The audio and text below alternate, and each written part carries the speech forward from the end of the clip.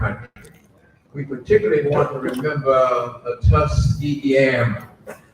Yeah, give it up for the mighty Tuskegee Airmen, the flying, fighting, fearless Tuskegee Airmen. I'm proud to be an honorary Tuskegee Airman. The airmen who fought for our country, the airmen who escorted the bombers in World War II. And we particularly want to remember 3 Tuskegee Airmen from Oklahoma who perished, who gave their lives, and who passed away. They are gone now, but we want to remember them. In particular, Charles Rangel, who was a Tuskegee Airman who shot down the first enemy aircraft. And yes, the first Tuskegee Airman to die, even as he was in training at Moulton Field in the creek near Moulton Field. I'm familiar where his plane went down because the Tuskegee Airman would fly along the face of the creek and under the bridge, and he perished there while being trained at Tuskegee. We want to remember all of them, and we are very pleased that the president of the Tuskegee Airmen Incorporated has issued a proclamation in support of this week, and the Tuskegee Airmen, though we are honoring them, they are pausing to commemorate the survivors and their families of the Tulsa massacre. So again, let us remember that this is Memorial Day weekend. We're going, yes, give it up for all of our men and women who have served our nation.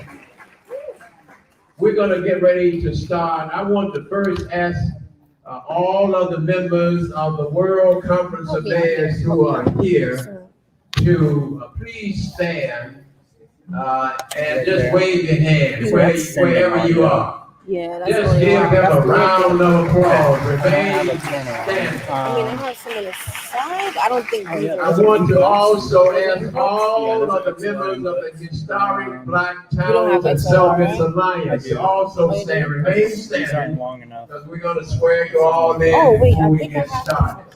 And Attorney Ben Crump is going to help me attest to it. All right. Please remain standing, all of the members of the Historic Black Towns and Settlements Alliance. That one's missing. Now I want all of the survivors or family members of those who perished 100 years ago, the survivors or their family members to either stand or just raise your hand, because you are the ones that we are really going to commemorate today. Let's give it up for the family.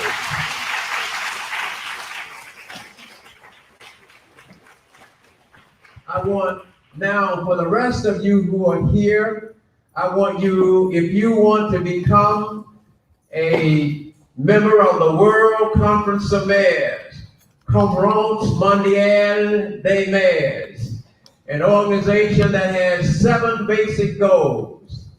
We call them the 7 T's: trust, trade, tourism, technology transfer, Twin Cities, treasury, and training. If you believe in those 7 concepts and want to be a part of the World Conference of Mayors, you can join us as an official member, either as an active member, an honorary member, an associate member, or a youth member. Secondly, if you wish to be a member of the Historic Black Towns and Settlements Alliance, an organization that is organized to represent what at one time was more than 1,000 historic black towns and settlements in America, inspired by Booker T. Washington, who encouraged black people when they came out of slavery to organize and establish black colleges And today, not only do we have Tuskegee, but we have Prairie View, we have Grambling and Morehouse and Spelman and other black colleges all over this country. This is important. And we are proud of the historic black towns and Selfish Alliance that we have an alliance with the historic black towns. Yep. Now, the historic black towns and settlements is also a movement that was inspired by Booker T. Washington. Did you realize that the first Greenwood in the 1800s was established by Booker T. Washington? Who encouraged black people to build their own towns around Tuskegee University. And that Greenwood became a reality. And in 1905, when Booker T. Washington came to Oklahoma, to Muskogee, and finally to Tulsa, he saw that that movement had spread to Oklahoma. And it was Washington who said, this is a black Wall Street.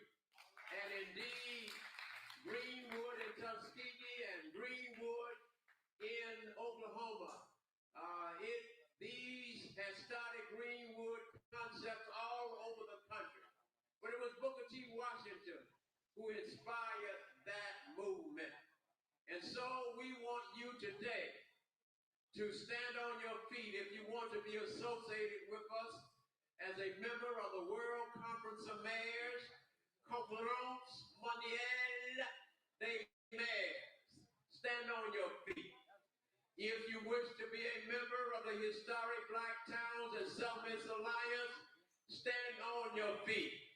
Raise your right hand and repeat after me. I, and say your name,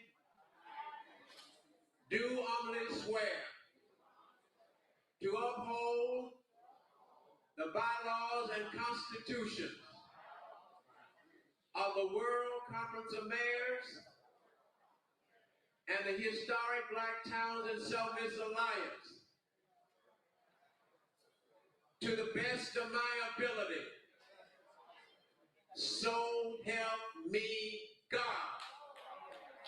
You are now official members of the World Conference of Mayors and Historic Black Towns and Settlements. And to make sure that it is legal, I'm going to have Attorney Ben Crump come forward and state as our attorney in advice, because he and I go back to the time when he was just a boy.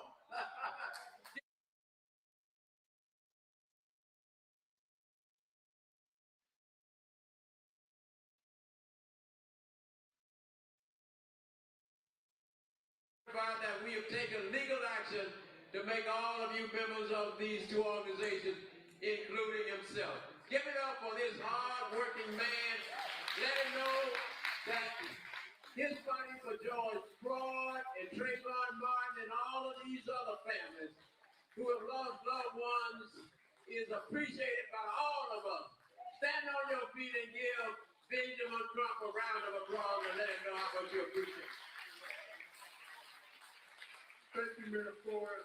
I love this man. I tell you, Tulsa, when I was 19 years old, I was attending Florida State University. And Mayor Ford, the first black mayor elected mayor of Tuskegee, Alabama, was our keynote speaker for the predominantly white college and university that I attended. And when he came, he spoke truth to power, and I have never been the same since. So y'all give a big round of applause for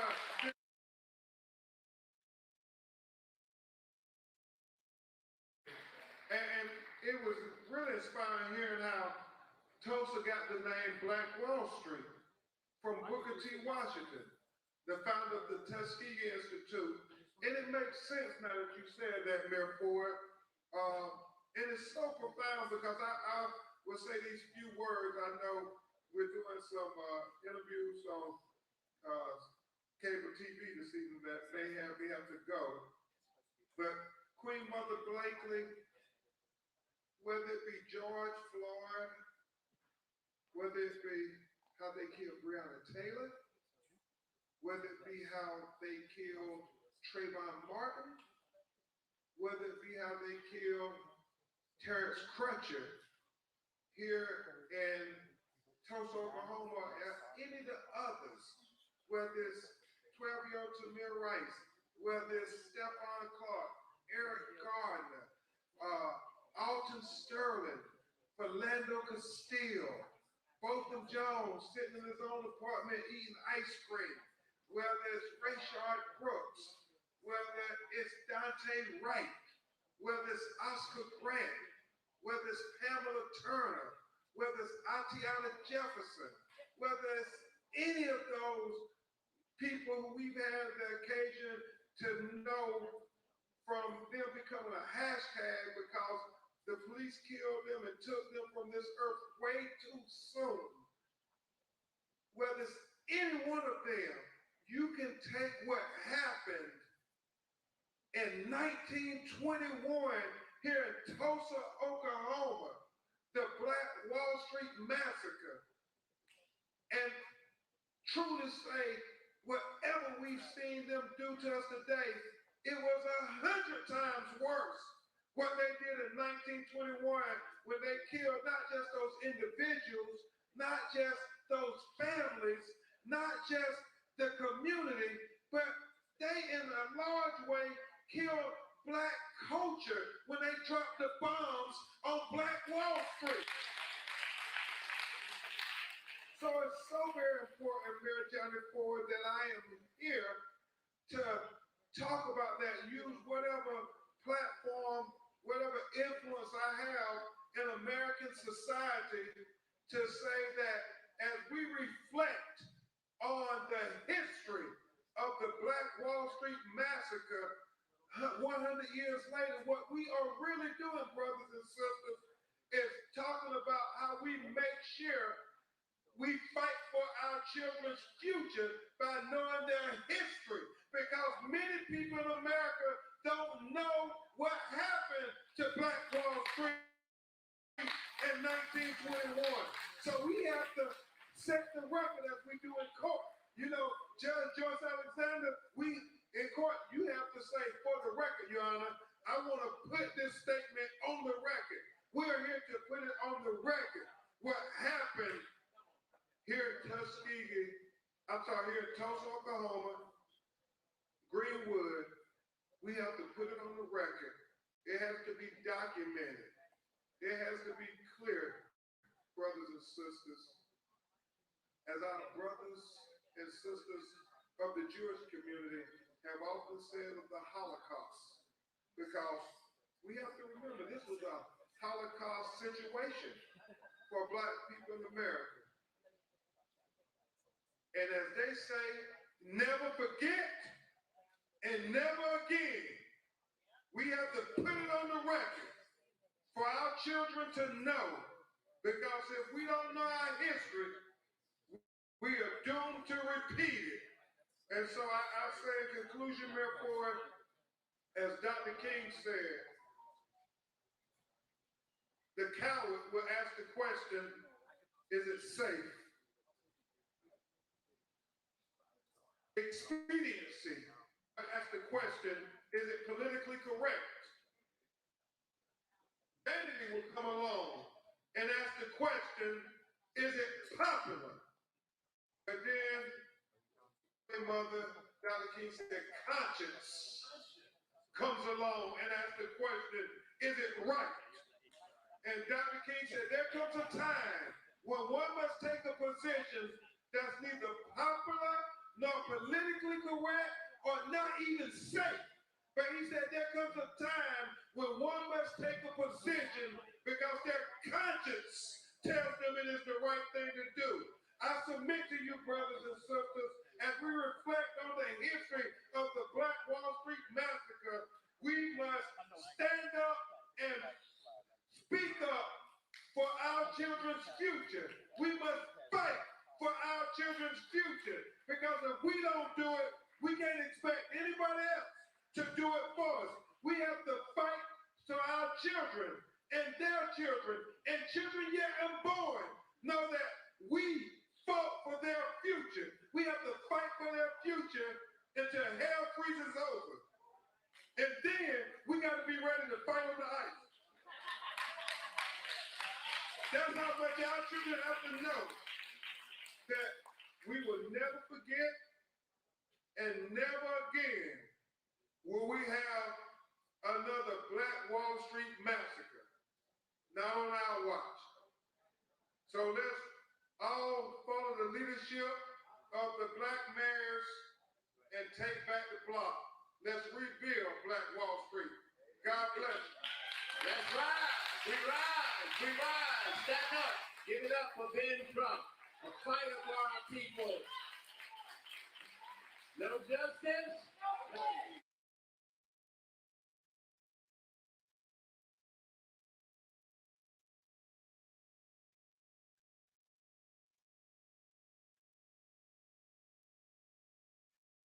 Those of you who are here, I know some are still coming, but there are those who are here. I know earlier I saw one of the gentlemen who said his father was, yes, give it up for her as she comes forward. Come on, all members of the family, the surviving families, because you are how we want to start this program off, because it is, we want the surviving family members to know that we love you, we appreciate you, and as we move into the future, let's do it together. Those surviving families, if you are here, those who are members of the family who are here. Are they here? Okay, come on, come on. Don't be shy. Give it up for them.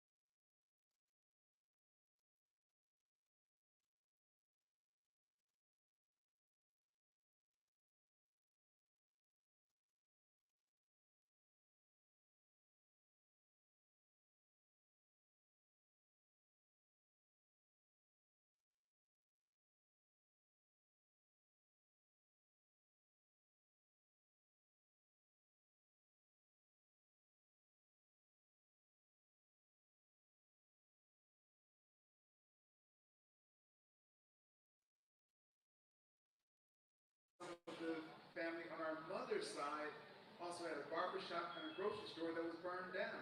And we didn't even know. So we're here to just get more information. So it's been a very moving experience for us. And so you might see some of us with these EV shirts on. That's for Every Dot Black. One of the things that we do is promote entrepreneurship. We believe that we've got to overcome slavery, civil rights. Now it's time to become economically empowered. So that's what Every Dot Black is about. Thank you.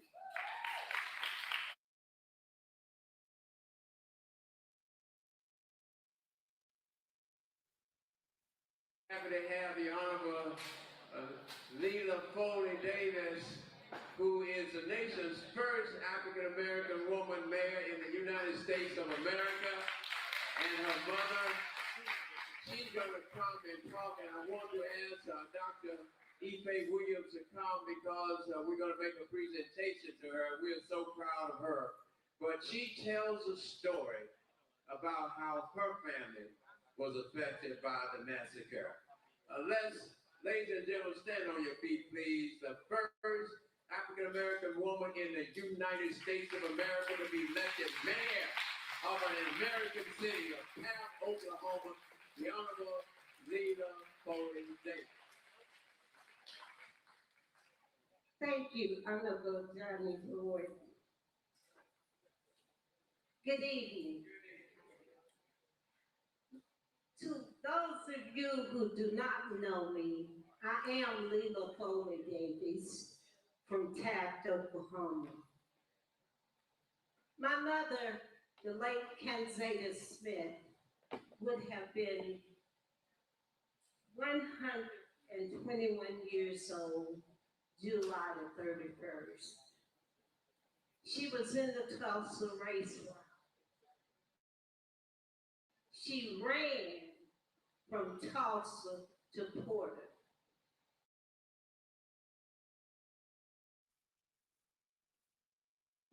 And they ran. She had 6 brothers, but they stayed behind because they had guns and they were prepared. But Mama ran to Porter, Oklahoma. I am so proud to be a product of the late Kenzada Smith, who had a 3rd grade education. But she delivered 129 babies before retiring as a midwife in 1969. They came from Wilton, Arkansas. She was the oldest of 3 girls. She had 6 brothers. My grandfather was white. My grandmother was black. The baby girl he brought home one day, she said to us, and said, Sir, was my grandmother's name. Take this baby and name her Sir. And that's what she did. I am proud to be a product of Kenzada and Willis Smith. I am the mother of 5 children. This is my baby daughter, Kenzada Smith Thompson. I was elected in 1973. I was the mother on welfare, having 5 babies born out of wedlock. I decided it was time to do something for my community. I ran for school board. The school board members said I was a threat. 4:45, I was driven to the election board to withdraw my candidacy. A few months later, I decided I would run for the highest seat in town. Going from door to door with my mother by my side and my 5 babies sometimes. People slamming the doors in my face and saying, who wants a mayor? that's a mother on welfare. I don't know about them, but I wanted to be the mayor, whether I had 5 babies or no babies. I wanted to be their mayor.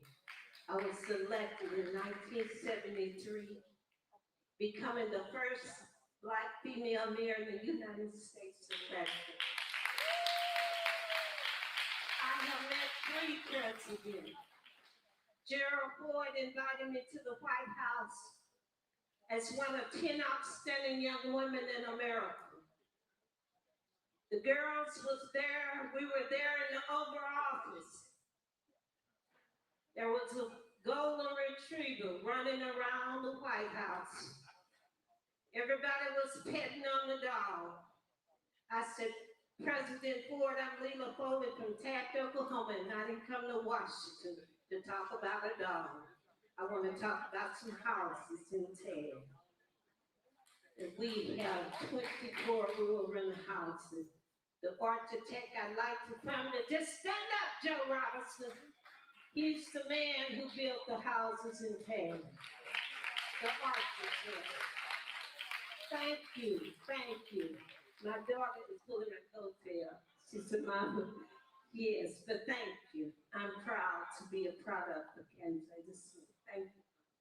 Don't go. An honor now is going to be presented by Attorney E. Faye Williams, who is a case setter herself, an outstanding lady who ran for Congress and leads this national organization of Black women. Let's give her a round of applause as she makes the presentation on behalf of all of us and as a member of the World Conference of Mayors. Thank you so much. And I just want to give a shout out to my Cherokee brother over here. My mom is Cherokee. It's so good to see all of you this evening and to see this wonderful lady. If you look to San Francisco, look to Chicago, look to Atlanta, look to District of Columbia, look to formerly look to Baltimore, across the South, you will see Black women who are mayors today, and this woman started it all. We are so grateful to her. There is an African proverb, that says, it is the women who hold the sky up. She's been holding the sky up for a very long time. I love you. Thank you. God bless you. Thank you very much. Again, let's let all of our survivors know, their families know we love them, we appreciate them, and we are standing with you. Give them another round of applause, a standing ovation, because that's really why we are here.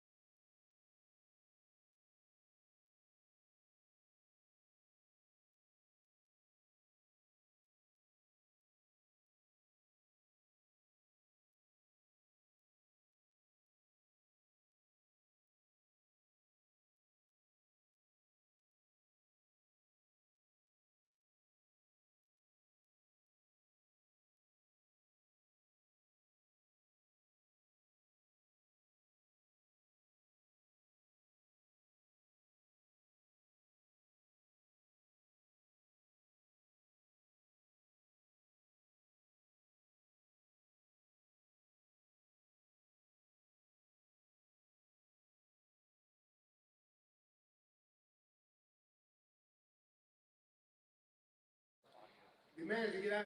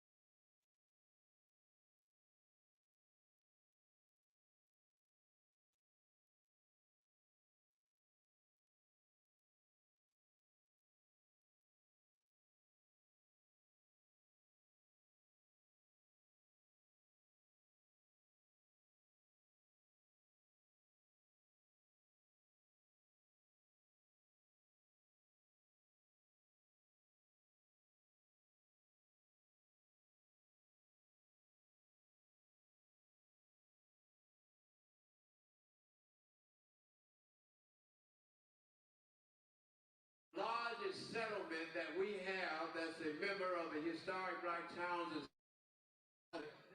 is Harlem, New York. And I want you to know I'm standing for the mayor of Harlem, New York. Her Honor, Queen Mother Blakely. She's going to introduce Congressman Rangel, her congressman. Yes. In the spirit of our ancestors, is he on? Is Congressman Rangel on? He's now our Dean of Harlem.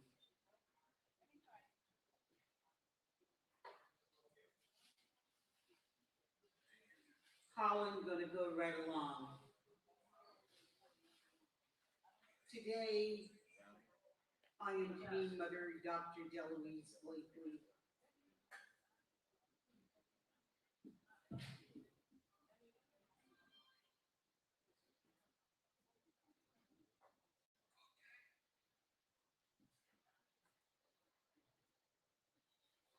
Today, I am Queen Mother Dr. Deloise Blakely.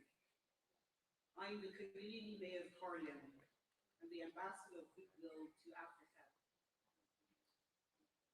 I am a representative of the United Nations for 52 years as a humanitarian at the United Nations. I'm here to talk about a legend. And I'm hearing Mr. Rangel saying something, let's answer our dean.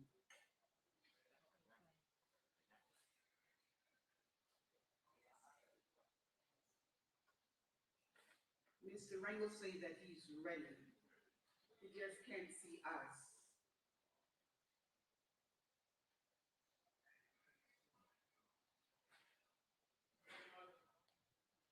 Yes.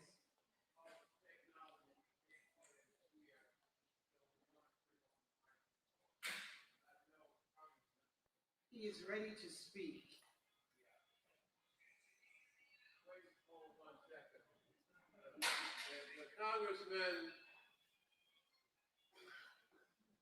The congressman, and we want to, first of all, let's thank the congressman for being patient. He's been waiting to speak to us.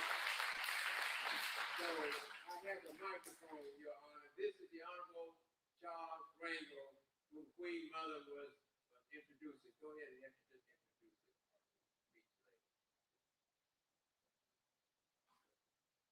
I am Queen Mother Dr. Deloise Blakely, the community mayor of Harlem, and the ambassador of goodwill to Africa. Been at the United Nations as a humanitarian for 52 years. I am here to honor our dean, and he will speak directly to us in his own voice.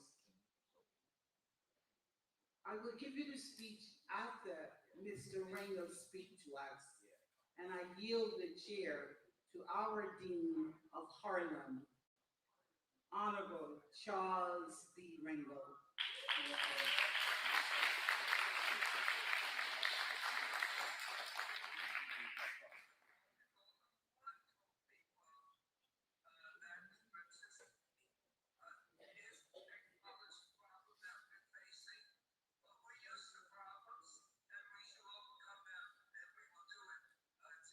Yeah.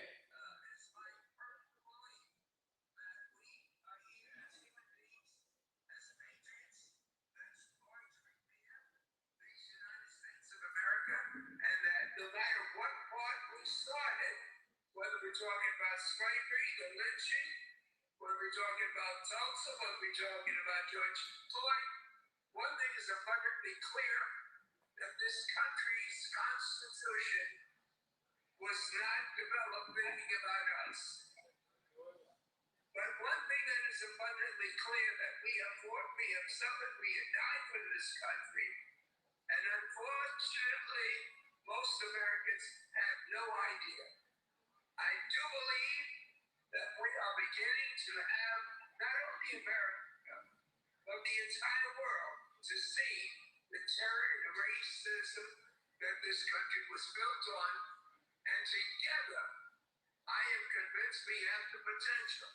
If we're going to continue to be a world power, we need all of our citizens to be recognized. Right now, we have Jews and Browns and blacks all on the outside. But we have those that believe that because they were not slaveholders, that they have this preferential feeling and are able to exercise it in our society. So I think Tulsa being undeveloped is going to open up the problems that we've had for 400 years. I think that we're now seeing with the video cameras, the history, and people like you that have come together to focus attention on these injustices will be able to say, maybe not in my lifetime, but this will be one gigantic step forward. We've had 4 years of having a president that proved to the world that racism is alive and well in the United States of America. And these 72 million people have not gone away. But as long as we can continue to fight in this struggle with education and making certain that the whole world and this country knows the contribution we make, then as Dr. King said, we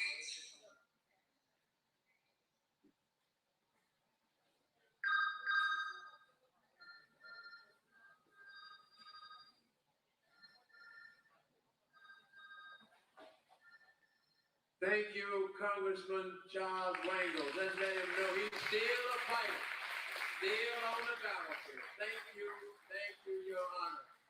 And now, Queen Mother, you're going to present him the award.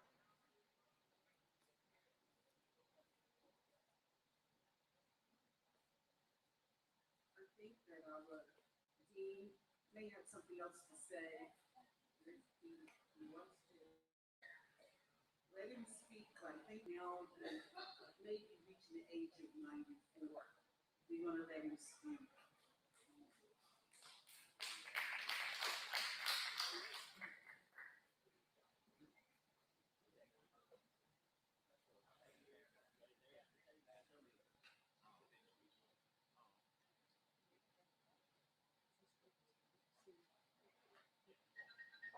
I would just pull out some bullet points for Mr. Rangel.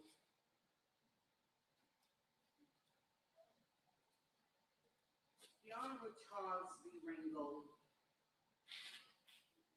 a man who has championed the essence of public services for his community for over 45 years serving in the United States Congress. Congressman Charles Rangel, as we would say, was born on June 11, 1930 in Harlem. With the great mother and father, an extended family of Mr. Rangel is Harlem. Mr. Rangel was known as the Lion of Lenox Avenue. Rangel is the last of the gang of 4 living amongst us. Also as known as Harlem Clubhouse, an African-American political coalition whose members later ascended to top political posts in Harlem, in New York City, and in the Congress. The other members, which have been his longtime friends, a man by the name of a businessman, Percy Sutton, and I'm sure you've heard of the Apollo Theater of Harlem, holding the culture of the people. Bowser Patterson, our deputy mayor of New York, and his son became the governor of New York State. Our deal with love, we always call David and Joyce Dinkins, because they lived a long life together. What an example for our family in Harlem. To see their devotion and caring for us in New York City. I was first introduced to Mr. Rangel by a man who was a businessman, and he would be able to reflect on Black Wall Street, the economy of our community. His name, Mr. Lord Dickens, a millionaire who lived amongst us in Harlem. Coming out of the Democratic Club in Harlem. Mr. Rangel has been supportive of the work of Queen Mother Blakely, and particularly my young people, along with the woman known to us, and we still call her Congresswoman Shirley Chisholm, the first Black woman to ever run for the President of the United States of America. Hillary Clinton made it very clear and plain to me who she was. There is a bond that the New Future Foundation, which coming out of a convent, Catholic convent, which I lived in and served the community for 10 years, my youth of none in Harlem. And with Mr. Rangel being a child who grew up in Catholicism in the Catholic Church, and you could see him playing ball through the streets of Harlem with his playmates. And you know what boys may do when they're playing in the streets, wherever they play in the streets. And you can see why they have the Linux gang of four.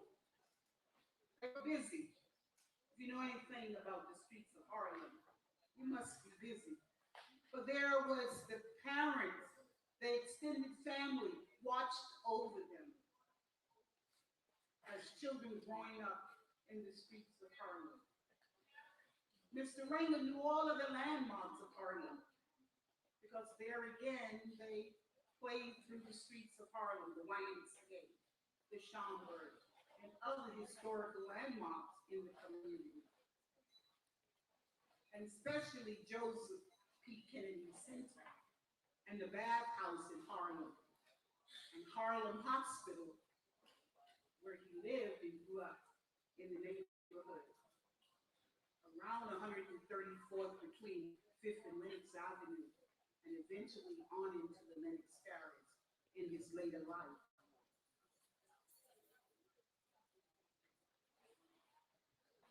I'm going to go in and say that with Mr. Rangel, he went on to serve in the military. And Tuskegee Institute must have talked about it today, his role in the military. Coming out of the military, he wanted to continue his education. So that means that the community germinated education for him to pursue a career of education so he can move on into the field of law and politics. He was furious after graduating with a law degree in the 60s. Again, with some of his playmates from the community also. After Mr. Rangel began involved with civil rights, the civil rights movement and marching with Martin Luther King through the streets again in Montgomery. I would say truly, he's been a public figure, unafraid and unbought in his own way when we mention Congresswoman Shirley Chisholm.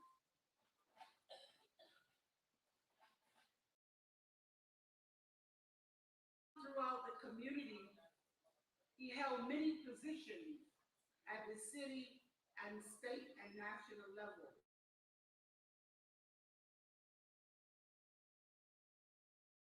More about Mr. Rangel.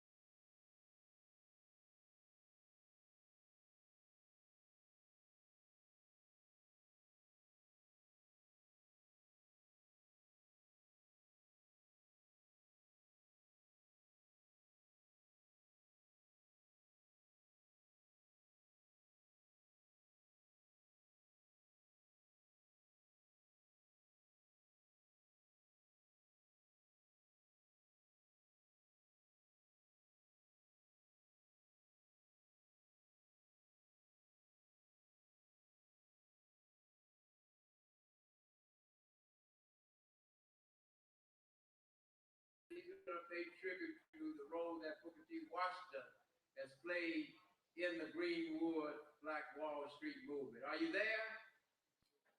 Is he ready? All right, let it roll. The National President of the National Business League, Dr. Kenneth Harris. Come on, give it up. Are you there?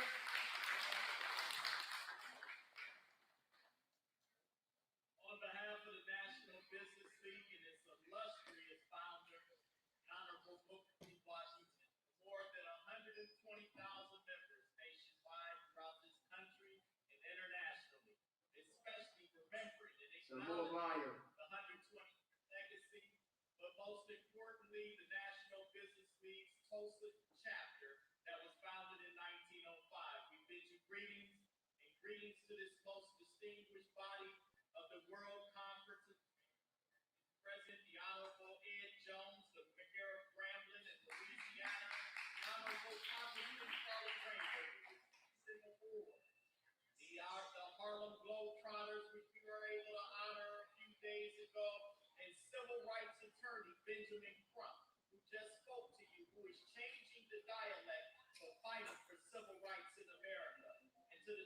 Tuskegee Airmen and the members of both the World Conference of Mayors and the Historic Black Towns and Settlements Alliance. It is an honor during this 2020 Memorial Day weekend and all of the leaders from Oklahoma and around the world to join both in this centennial commemoration of the massacre of people in Tulsa community of Greenwood, known as Black Wall Street. And in 2020, this celebration of tremendous achievement of both those who lived and died in the historic community. Thank you, Mayor Johnny Ford, for your tremendous leadership and continued tradition. And to our ancestors of the Tulsa community in Greenwood, remembering the 100th anniversary in what was called Little Africa, who many sacrificed their lives to racism, white supremacy, and Black economic progress. As the magnificent and honorable Mayor Johnny Ford acknowledged, in our own Booker T. Washington, the famed principal of the Tuskegee University, now initiated first in the community on the school grounds. And he said during his visit, the vision of Black economic and self-sustainability is upon us. And this is an opportunity for us to recognize our economic pursuits and also where we must go as a community. Once optimized by Washington's dream of Black economic empowerment and gaining well-deserved name, Booker T coined the term Negro Wall Street, acknowledging by himself as the founder of the National Business League while they held their 14th annual convention in Tuskegee, Oklahoma in 1914 and prior to 1921, and 5 years later after the massacre in 1926. So I bid you all a warm welcome on behalf of the National Business League as we commemorate and celebrate Black Wall Street in the remembrance of Booker T. Washington and his influence on Black economic empowerment in the city of Tulsa and throughout the world. Let us remember our ancestors who are with us today in spirit. Ashe. Ashe, Ashe, Ashe. Give it up. The president of the National Business League, founded by Dr. Booker T. Washington. Now, I want all of you to know that celebration, but this is a celebration by a very diverse group of people. The indigenous people are very special. And I want the Honorable Joe Deere to come down representing the Cherokee Nation to come and bring greetings and to offer his support for this commemoration of the Wall Street disaster. We are together. Native Americans and indigenous people and African Americans, the freedmen, all of us are together. And we are going to do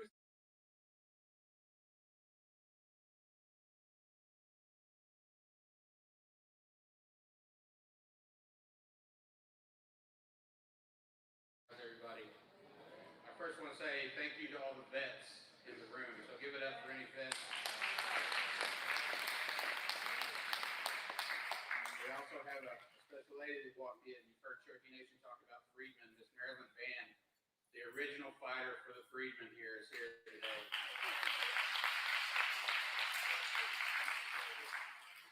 Thank you, Mayor, for inviting me here. And I appreciate it. I'm glad to meet Mother and all the other people. It's been a great time. Okay, so hello, and Cherokee Nation. I am Joe Deere, and as a Cherokee Tribal Counselor of Gadusi District, that includes Tulsa, North Tulsa, I welcome you to the Cherokee Nation Reservation. I was born and raised in this community, went to school at Booker T. Washington. The land you stand on right now was established as the Cherokee Reservation by a treaty with the federal government in 1833. It was our reservation in 1921, and it still is today our homeland. Many things have changed since 1833. The Dawes Commission has split our land into the pieces so they could be systematically stolen. And the state did in 1907 that invited non-tribal members to our lands, effectively erasing our historical connection and excluding Native people from the fruits of our own reservation. Natives share a history of oppression with Black Americans. This history includes slavery, forced removal, massacres of our people, the erasure of our history, and broken promises. Today you see this history in incarceration rates in cases of police brutality and even mundane things like the ability to get a loan to buy a house. On this reservation, the history of Natives and Blacks is convoluted.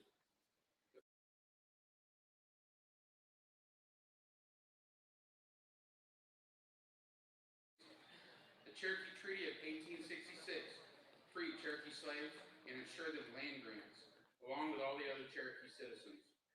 In fact, it ensured them full and equal citizenship in our tribe and for all their descendants. This is our connection and why this commemoration is also important to us. Natives are yet to be granted reparations on the United States, like it's been done in the other colonized countries, like Canada and South Africa. In order to create reparations, the governing body has to admit they did something wrong, something egregious, heinous, and entirely their own fault. They have to admit that this was wrong, and that they committed still persists until today and negatively affects the descendants of the original population. They have to admit that this wrongdoing positively affected the descendants of the original perpetrators, and so the current population, they still carry this debt. The United States has not been able to admit these things, and no reparations are even being discussed. You see why I say that Natives and Blacks share a common oppressive history? I support reparations for the descendants of the Tulsa Race Massacre. We can only benefit from creating community with each other here on the reservation.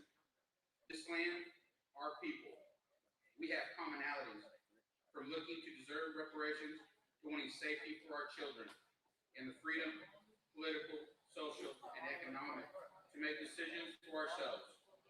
We share this land with you. This land that is not ancestral to any of us, because we were all forcibly removed from our ancestral land. We share the trials given to us by the colonizing mentality. We even share people. North Tulsa is Cherokee Nation. In order to heal, we must come together as a community. That means speaking about our history, accepting it, making reparations. That doesn't happen without the hard conversations. The healing is far from over. Justice for Greenwood.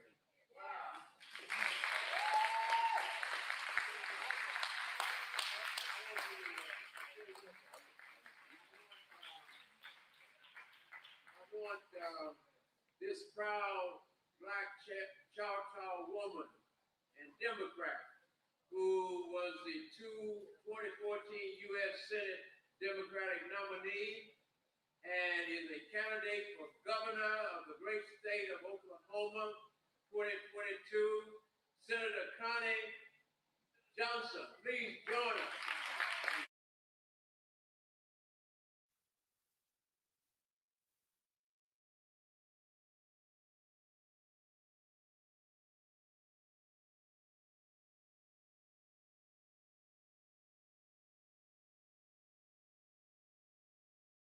Standing together. Senator Johnson, is she still with us? All right, give it up.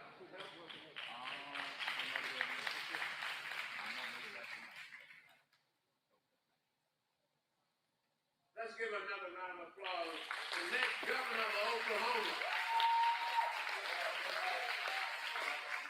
It happened, Mayor Ford said it. So, good afternoon, Tulsa. It is a blessed honor and a privilege to be here this weekend throughout these ceremonies in recognition and observance of the 100th anniversary of a terrible thing that happened. But I'm here today to tell you that I'm a native Oklahoma, straight out of Southeast. My great-grandmother was a Choctaw Indian, and I was raised in Idabel, so can you get any more southern than that? But I'm running for governor of Oklahoma. And many of you know me. I've been doing what I'm doing for 35 years, and I'm not tired yet. I want to be a governor for the people of Oklahoma who who understands the rich resources that make us the great state we are, who understands the valuable people who make our state the state that it is. I'm wanting to help us focus on not only legalizing what we've done, medical marijuana, but the hemp industry. That is the industry that is going to bring back our small Black towns. That is the industry that God graced the lands of Oklahoma with, because it grows between the cracks of the concrete.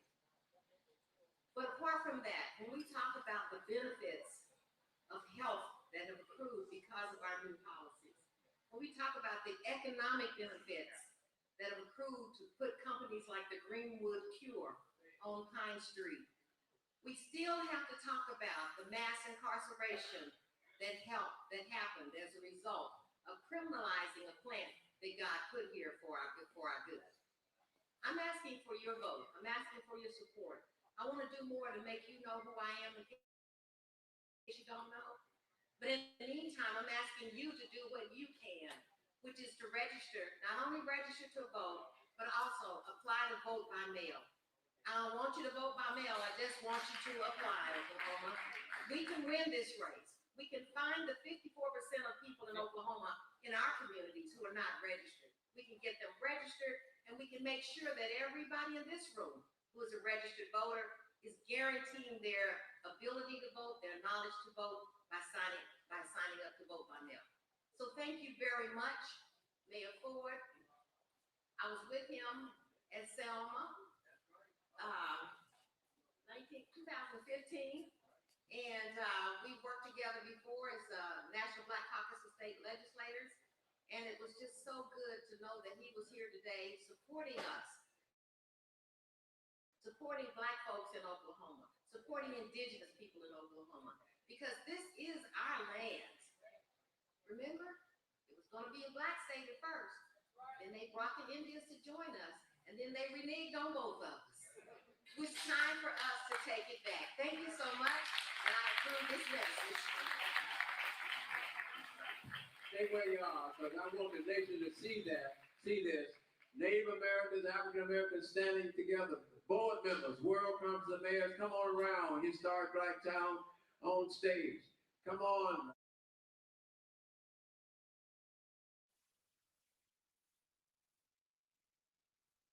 This is being seen around the world. They need to know that we are together, because our standing together today will make sure that we never, ever have another Greenwood. Say a word, Tanya.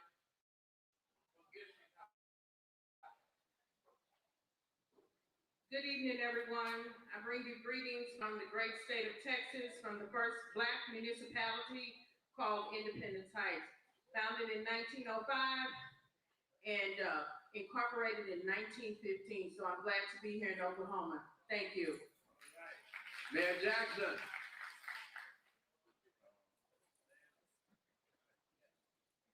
Good evening. First, giving all praise and honor to God. I bring you greetings from not only the great state of Texas, but the great city of Purview, Texas, where the population stands at 9,000, 5,000 of which are students at Purview University. So we're proud of our city. It's a city of young people, a city on the move, and we're glad to be here. The folks of Oklahoma stand with Greenwood. All right, others. Dr. Eric Jones, I want you to see that we have white folk and Black folk. He's going to just bring you greetings as well. Our Vice President of Health. Health is so important. President Obama got the ball rolling, but we will not stop until we get Medicaid expanded in every state, and we will not.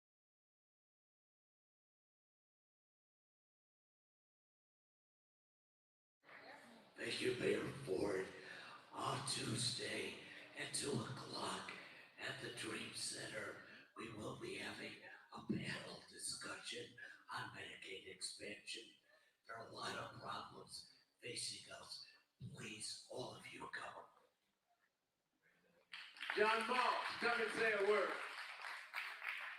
Hello, everybody. This is John Moss, the grandson of Michael Martin, Chief Silverman of the Caddo Indian Nation, and I echo what my Cherokee brothers and other Native American and indigenous people have been sharing. I want to thank Queen Mother for helping us speak at the United Nations, May 20th, 2016, and we did it again with Friends of the African Union there, as well as on April 29th, 2021, sharing Indigenous Peoples Plan and the Black Plan, and the World Conference of Mayors is with us as well.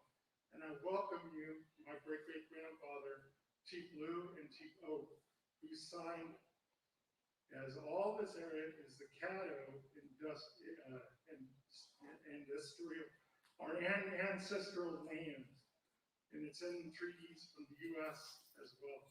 The Caddo Nation is the one who allowed the 5 civilized tribes and other tribes to come into, and the African American, we all in spirit get along together, protect Mother Earth, and our better futures. And I want us to carry that spirit forward. Thank you. All of us are here in support of the Black Wall Street. Let's hear from Mississippi. Darrell Johnson, his honor. Hello, I'm Darrell Johnson again. I'm from Mound Bayou, Mississippi. One of the oldest African American founding communities in the country.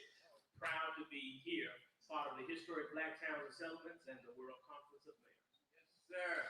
All right, you come on, man. Ms. Atchison and Binion. Come on, Alabama. You all did a great job, Ms. Atchison and the Alabama delegation.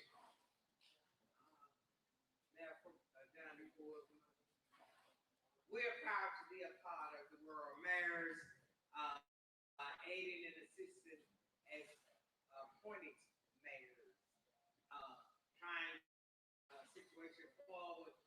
We're here to do whatever we can to aid and assist the indigenous peoples as well as the Black peoples as we go forward, working for the Black farmers, trying to resolve a situation that has gone on for more than 21 years.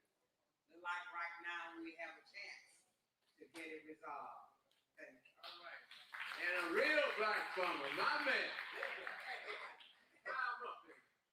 Howdy, howdy, ho. Howdy, howdy, ho. Howdy, howdy, ho. Let's get ready. Me and Johnny was together 2 weeks ago down in Selma. We did a convoy from Selma to Montgomery.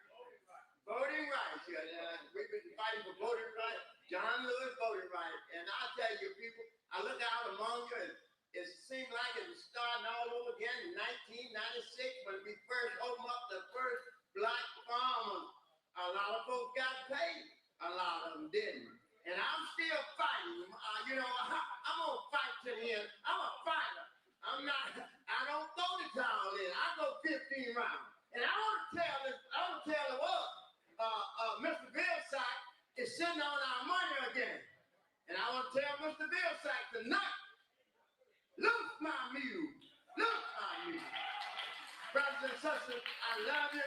And I've been over here 2 or 3 days, and I'll be here tomorrow. But I'm heading back to Alabama. I live in Clanton, Alabama, a small town. Grow peaches, corn, watermelon. You know the story.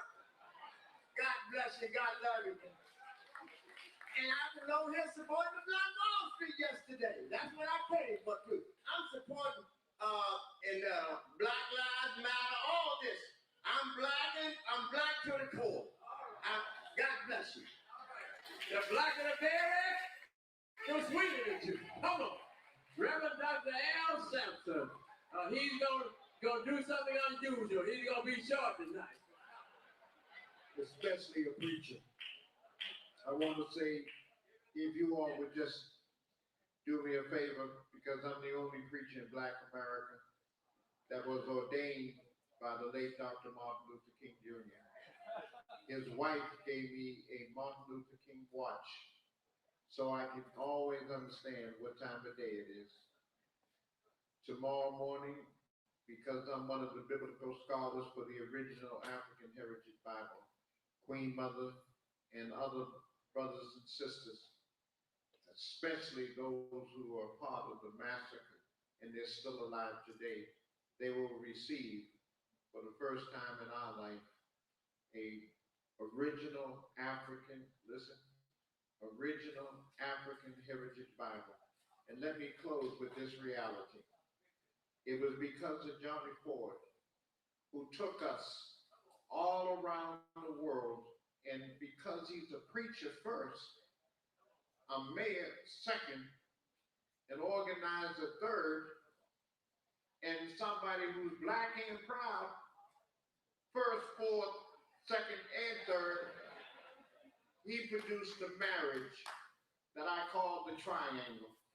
Africans of the homeland, blacks in America, and Caribbean brothers and sisters. And inside of that circle, that triangle, is our indigenous brothers and sisters of the native land that Iron Van Serter, in his book, said, Christopher Columbus, you didn't discover nothing because America wasn't lost. Iron Van Serter said that we were here before Christie got here. And let me close out with this one fundamental point. Because of Mayor Johnny Ford, I'm the only preacher in Black America that I know that has a Department of Agriculture in my church. And because the black farmer was the one who got us out of jail when we didn't have no money for the bail. It was the black farmer. At Lincoln University, Jefferson City, Missouri, we have a heirloom seed bank for black farmers to be able to plant our soul food vegetables. We're also at Southern University in Louisiana with pecans and sweet potatoes. I ain't hear nobody shout yet. We at in Arkansas with crowded peas, butter beans, purple house, frozen. I ain't heard nobody shout yet. And we're at Alcorn down in Mississippi with mustard, turnips, and collards, and watermelons with the seeds. Watermelons with the seeds. I ain't heard nobody shout yet. Oh yeah, you're all clapping. God bless. Thank you, Johnny. Love you. Pass the plate. Come on, doctor. We're just so happy to have Mayor Sheila Stevenson, who has worked so hard. Let's give her a round of applause. Served as the mayor of Langston and is here and is going to continue to be a part of the World Conference of Mayors. Give her a round of applause. Give her a hand as she comes forth to welcome us. Greetings to you all from the town of Langston City. We are so humbled and honored to have you here today. This is such a wonderful thing that's come to pass, and I just can't see it doing anything but getting better. So y'all just enjoy yourself, and if there's anything we can do, please don't hesitate to call. Thank you. All right. Sound like a Southern Belle, y'all. All right. We talked about our relationship with our HBCUs, and we just really want to publicly thank Dr. Michelle Robinson from Spelman. Nothing like those brilliant ladies from Spelman. Give her a round of applause. She's a member of our board.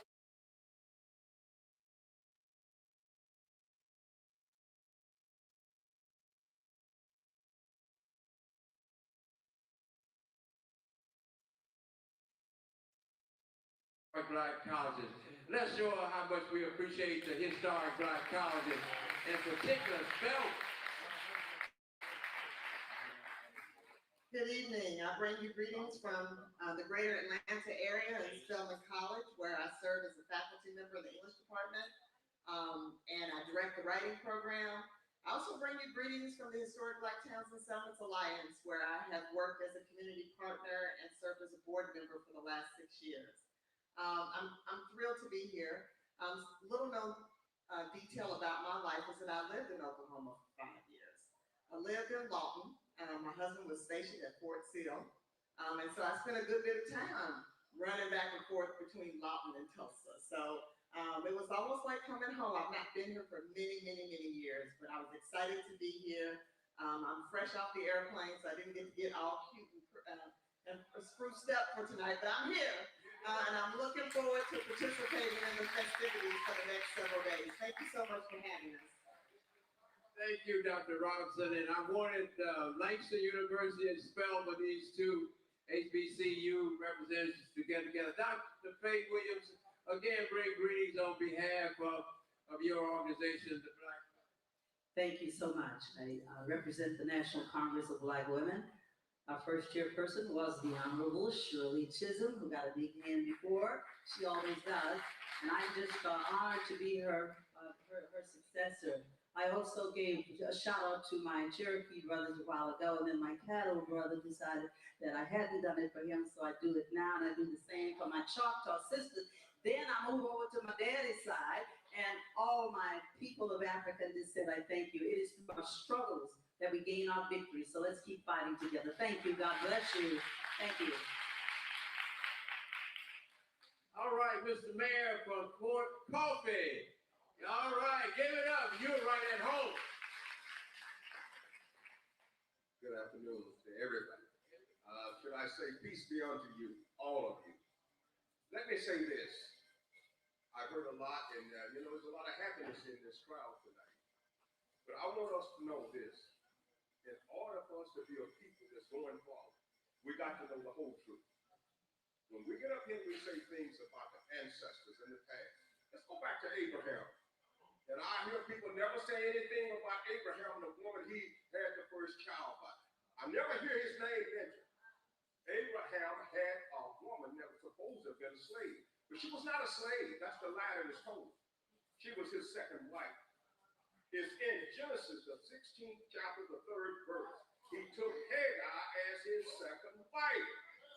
Now, I want you all to understand, if we're going to be a people of truth, let's tell the truth. Ishmael was his son. And he was the one that helped Abraham build the Kaaba in Mecca, Arabia. It was not those people that are over there in Saudi Arabia today. They are people that came in later and practiced genocide on the true inhabitants of Arabia, or Lower Egypt, or Kemet. But that's what they did. And those same peoples came from Europe that did that. And the people that are ruling over there today are so racist. They're more racist than the people right here in America. So you all must know that. Yes, I'm a Muslim, but I love my Christian brothers and sisters. Those that are really truly practicing the religion. I've been a follower for over 50 years now. I met people that was the Palestine. I met Malcolm, spoke with him, traveled with him and his whole family in Lansing, Michigan. 1963. I saw Patrice Lumumba in 59 in New York City when he spoke of what he was trying to do with the country of Africa. And they killed him. They killed Whitney Young. They ran Marcus Garvey out of the country. Do we think it's going to be any better in 2021? I would say, hell no. We got to do this thing together. Unity is our only chance of being successful. And God is with us. Don't think he hasn't been, because they would have practiced genocide and destroyed all of us if the Creator wasn't with us. So regardless of what religion you're practicing, be true to your religion, brothers and sisters. Please be true to your religion. Thank you. Thank you so much. Thank you. We caught him in a good mood. All right, here we are, Mary Van. Where are you, my dear?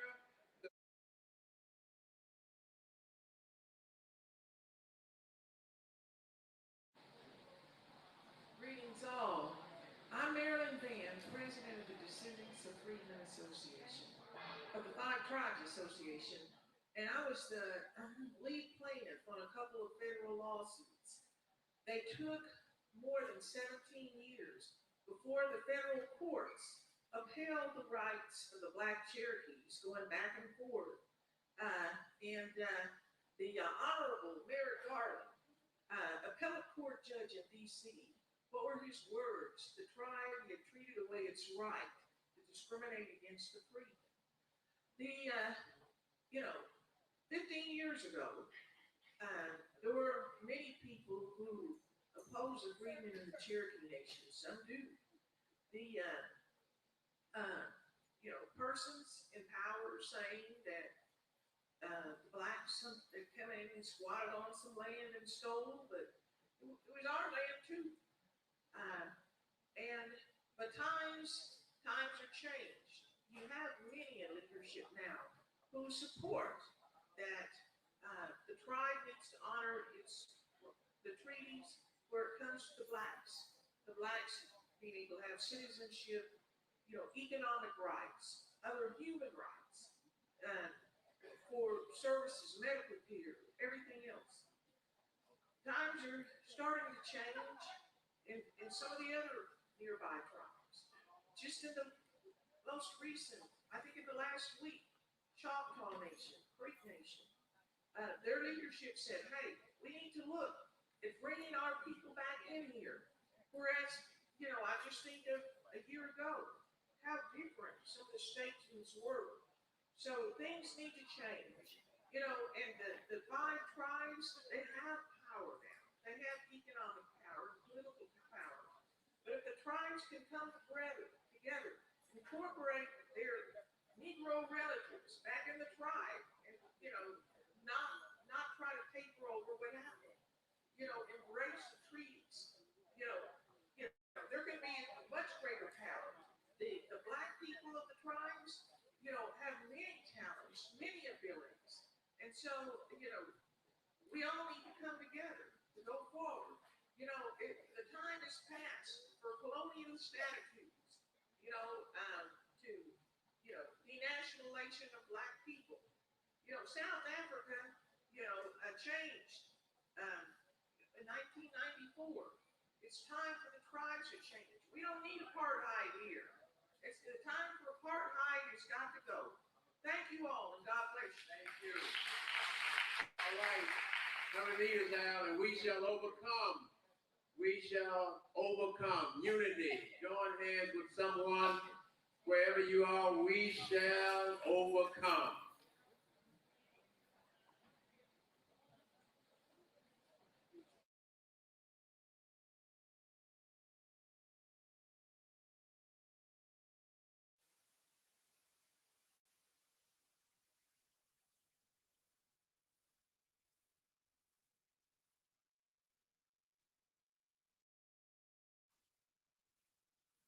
Will somebody just shout, thank you, Johnny, for being Johnny Ford. Amen. We shall overcome, my Lord. We shall overcome. We shall overcome someday.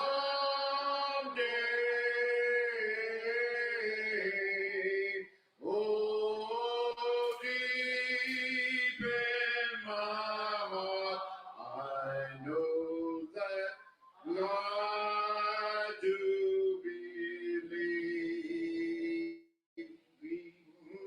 we shall overcome someday. Black and white and red together. Black and white and red together. Black and white and red together. Every day. Deep in my heart, I know that I do believe we shall overcome. Bless the Lord.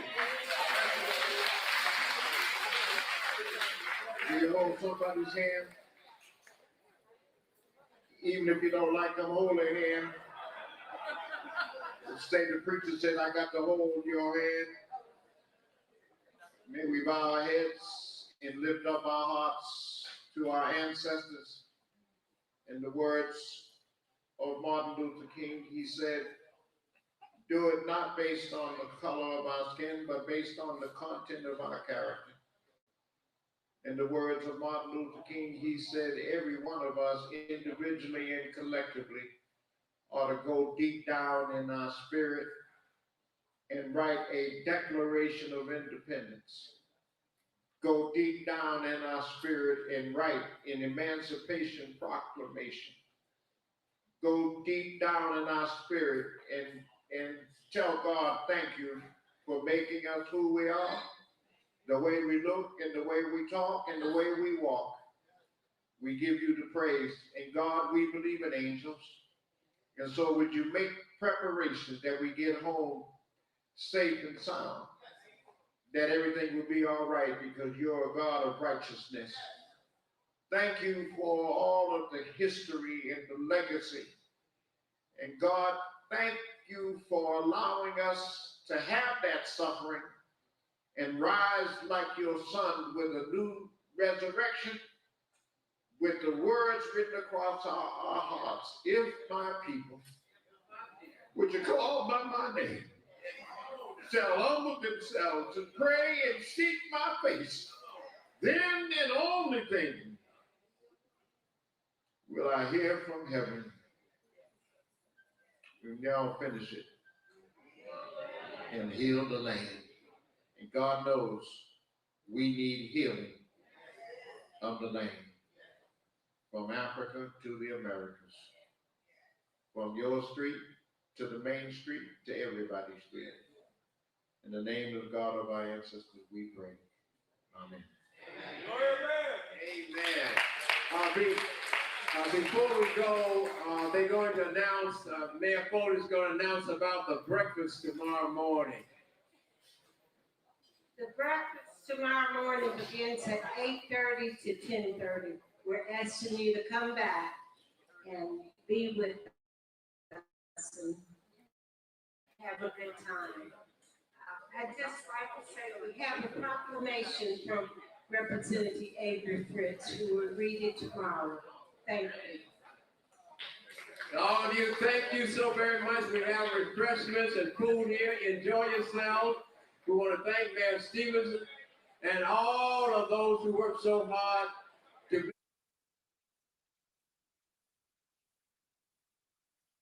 Hey, my brother. Oh, thank you so much. God bless and good evening. Enjoy yourselves, fellowship. We are one big family. Thank you. I want to thank A. Drew for the technical work that he's done to make this possible, and all of the committee members who worked so hard to make this program possible. 30 right here.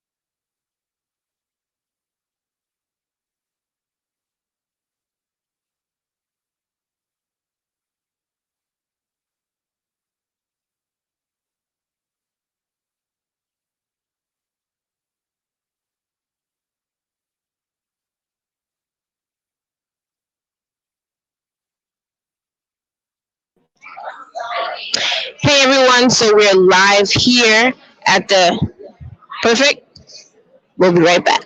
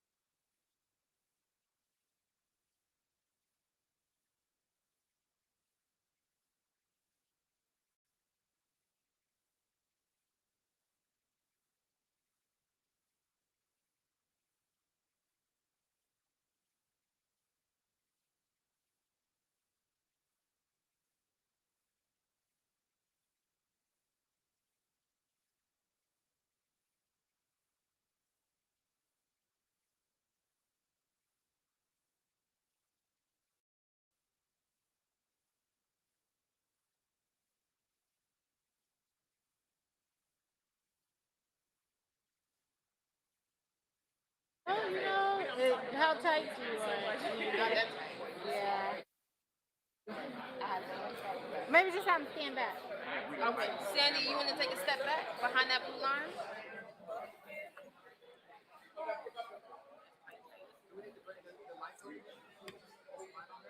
You could. 'Cause this is that Hold Zoom. on, that's your mic. And Need another 5 minutes? Priscilla? Right here? This one? That's this one from yesterday. Yeah. that should work. If you need another 5, Yeah. No, I think that works. He'll Matt, shine does a light. that angle okay? Yeah, I'm fine, right? He'll shine a light. With Sandy. I know, yeah. Oh, she got stand close to it. Oh, very good. Yeah, that's how I see. Yeah, Matt. See how I got Everything like this. Here. Huh? Yeah.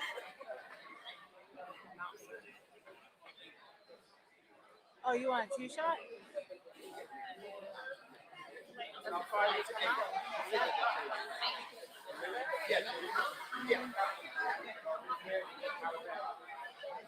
Oh yeah, that's great. Thank you.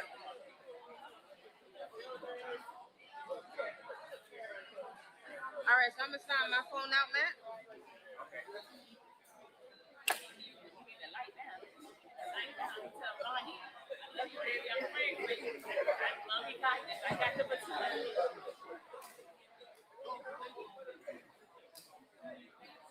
All right, Sandy, you gave me the microphone. Matt, let's Sandy know you ready.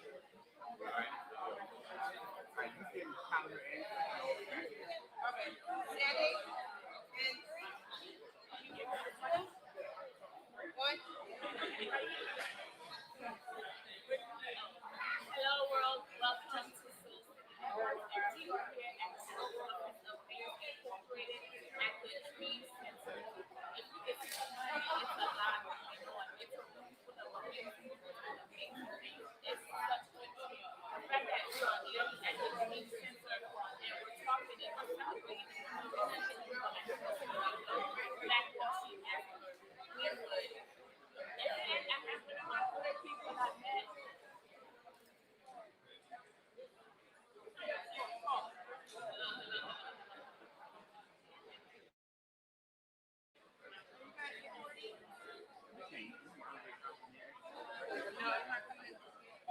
me. Microphone check 1, 2, 1, 2.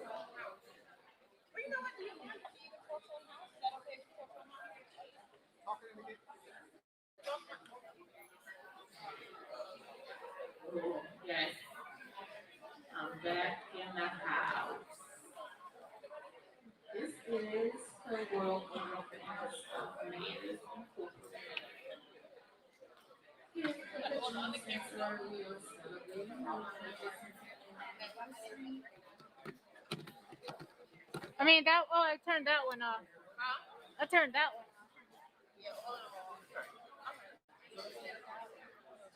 There was audio coming. Hello. Hello. I can hear myself.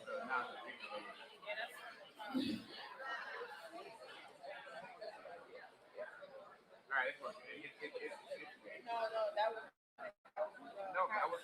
That was her just now. That was her just now. That was from the house party. Say the ABC.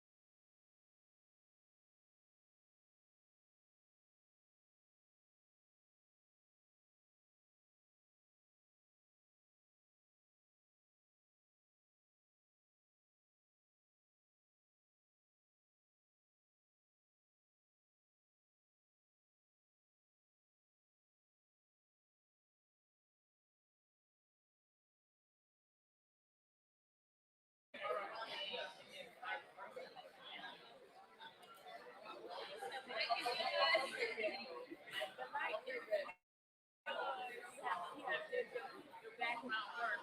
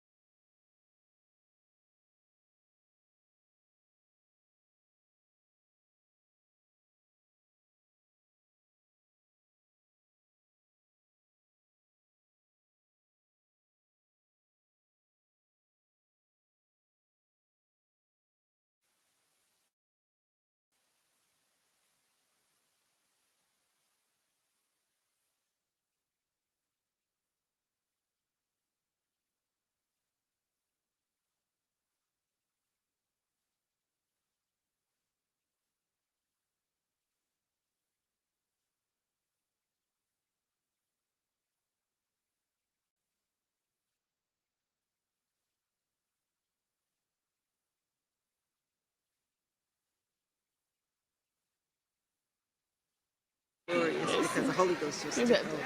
I was reading, I forgot his name. Oh, I think Reverend Richardson. I think he came from Jersey. So he wrote a book. And that's one thing he was talking about, like how he survived his sermon and stuff. And then one of the great preachers came to him and was like, "What are you doing?" I know it's a Holy Ghost preach. Like you don't go write nothing. You get in the word, you let the word get into you, and then you take it from there. I Like, would write it out, but I couldn't read it. You know, the Holy Ghost would take over, and what's in you would come out when you study. microphone check, 1 2 1 2.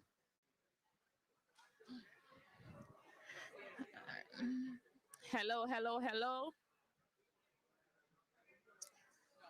Am I 5 foot? Okay.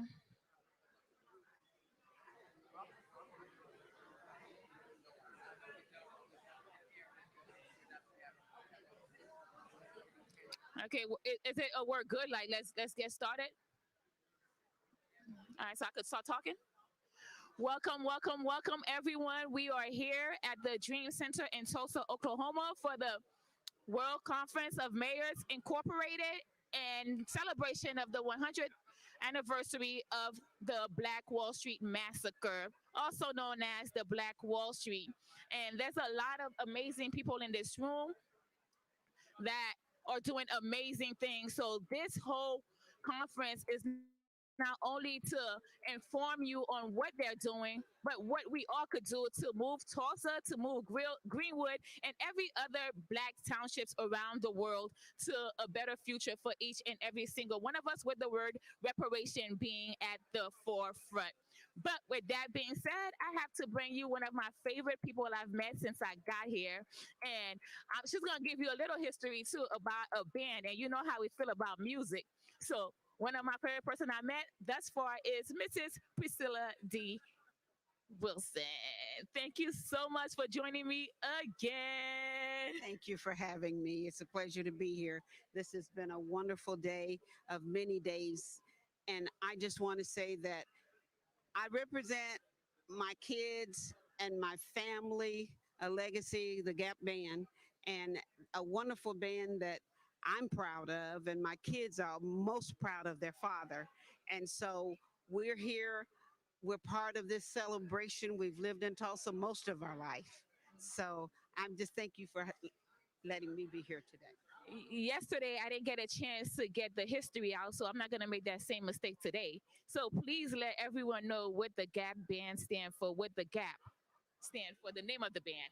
The name of the band is the Gap Band, but it originally started out and it was Greenwood, Archer, and Pine. And that's how it was written up in news media and everything. But it was too long, it was a mouthful. And so they shortened it to the Gap Band, which represents the three streets that intersect Greenwood, Archer, and Pine Street here in Tulsa, Oklahoma. So for all the people who didn't get a chance to make it to Tulsa, how important is those three streets and where is it historically now? Those three streets are very important. Greenwood is the center of where the Black Wall Street started, from one end to the next. My grandfather had a store even on that street long ago. And that is one of the main thoroughfares on the north side of Tulsa. And the other two streets intersect. And so they've got a lot of business, a lot of construction going on. And we're just in a phase of renewal, rebuilding, reparation, and we have hope that all of this is going to manifest and soon.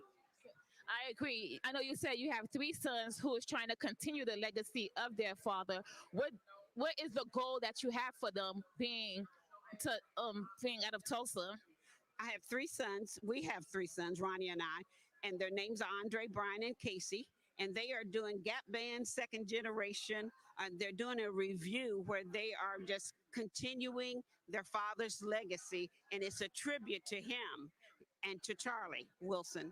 And they are doing a tribute, and you can't even tell that it's not those three brothers at first. These are different three brothers, but it's the next generation. um when I look at you and we speak, I could see the hope that you have for the future of Greenwood, or maybe just the future of Tulsa overall, for the young generation, for the older generation. So as we stand on the 100-year anniversary of the Wall Street Massacre, what is your overall dream? We are at the Dream Center that you would love to see flourish while you're here or for your children. I want to see what I've heard Queen Mother say. I want to see them bring the check, and that the development, the promises that have been made that have not manifested, I want to see it in action. That's my hope, and that's my prayer, that I believe that all of these things, we will come together in unity. In unity, there's strength. And I'm believing that all the plans that are being made this weekend and the days to come, that the manifestation will soon follow.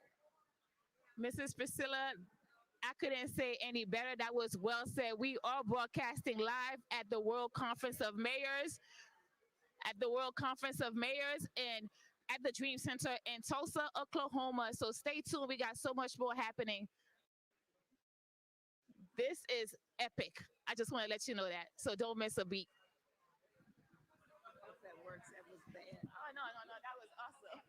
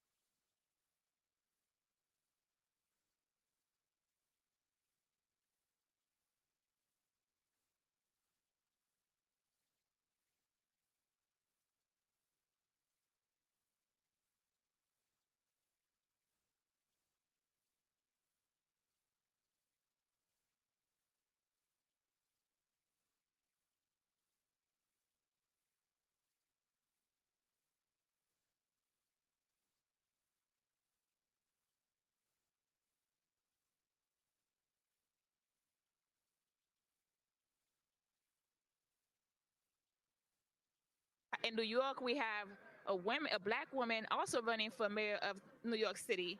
So I'm like, maybe Greenwood, the future is women.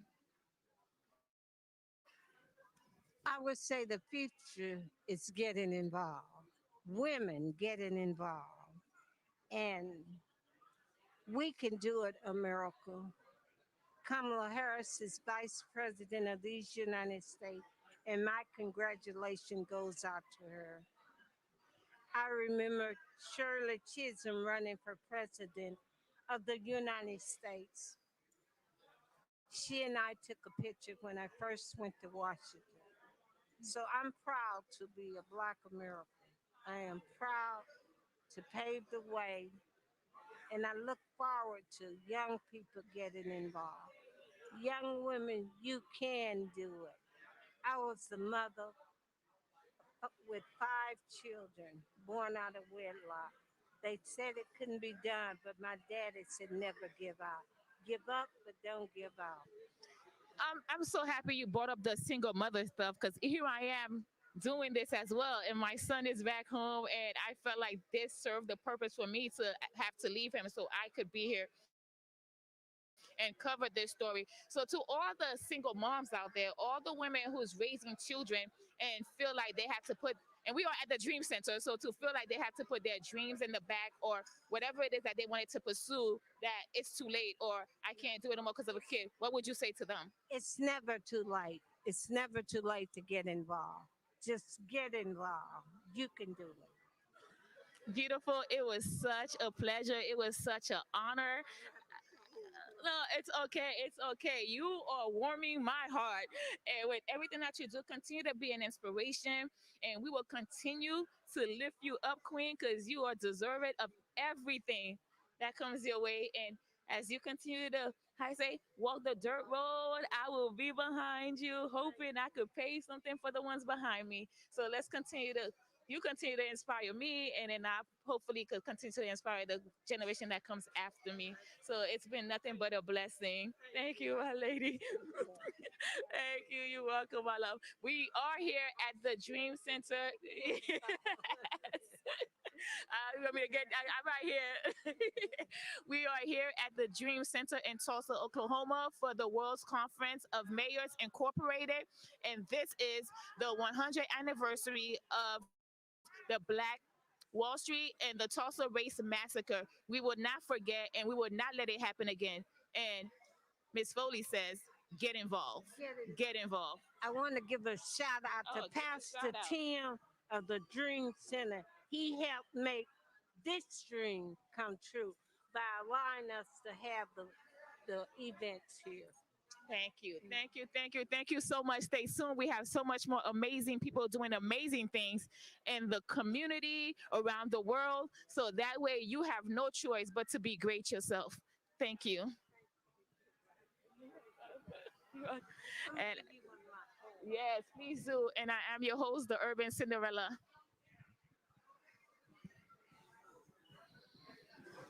All right, let me go get Dr. Yana. She's gonna give me her card, so let me get that. Oh, yeah.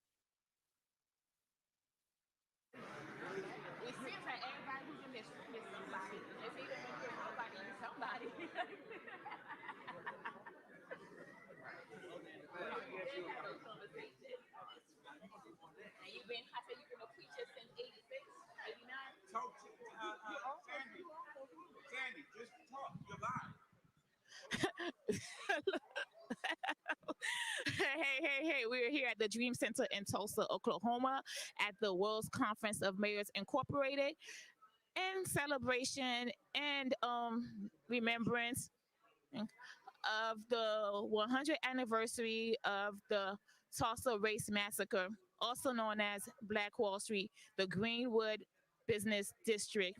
And we are here with the man of the hour. I'm only talking to him right now because he started off with a prayer that touched my heart as a he started with a prayer that touched my heart. But as you can see, there's a lot of people in this room, and all of these people that you see are doing amazing things. So I didn't want to let the day go by and you don't get to, if you wasn't able to be here, you don't get to experience some of this greatness. So I'm gonna let him introduce himself because he's doing some amazing thing. Because I heard you're talking about opening a credit union. Museum. Ooh, that's even better. They say. Now we're doing a museum, Mm-hmm. but there's a cryptocurrency operation here. We have Our Black Truth, and if people are not involved with Our Black Truth, they don't understand. Come on, y'all need to sign up with Our Black Truth. But anyway, that was a commercial. That was a commercial. But anyway, we're having a museum. We're opening a museum in Mound Bayou, Mississippi. Who's we? Because you know the world is watching, so you have to tell the world. Hello, world. Yes. Actually, I'm Pastor Darrell Johnson, and some of them call me Reverend Mayor Darrell Johnson. I'm former mayor of Mound Bayou, Mississippi, which is one of the oldest African American communities in the country, and its notoriety goes back with the place where Medgar Evers came from before he went to the NAACP, the place where Fannie Lou Hamer died. She was involved with our hospital, which had the first HMO. And it was for the first time in 1942, Black people could walk into the front door of a hospital in the South. And also it's a place where Dr. T.R.M. Howard, who was a mentor to Dr. Martin Luther King, was, and the instigator to the Emmett Till investigation. And so thusly that became the prodding point to starting the civil rights movement when the young lady in Alabama decided, and y'all know her name, Rosa Parks, decided not to get up on that bus. When she decided not to get on that bus, everything jumped off, and now we have civil rights. Well, Mound Bayou is the place. It's the place for that, and we are now commemorating that, learning that the Bible said, learning about what the Bible said, that we need to put stones down when great things happen. That's what it says in Joshua. So when your children ask, yes, what happened back here, we can tell them. I think one of the biggest problems is that we just don't know who we are, about the kings and the queens that came from Africa and settled this place.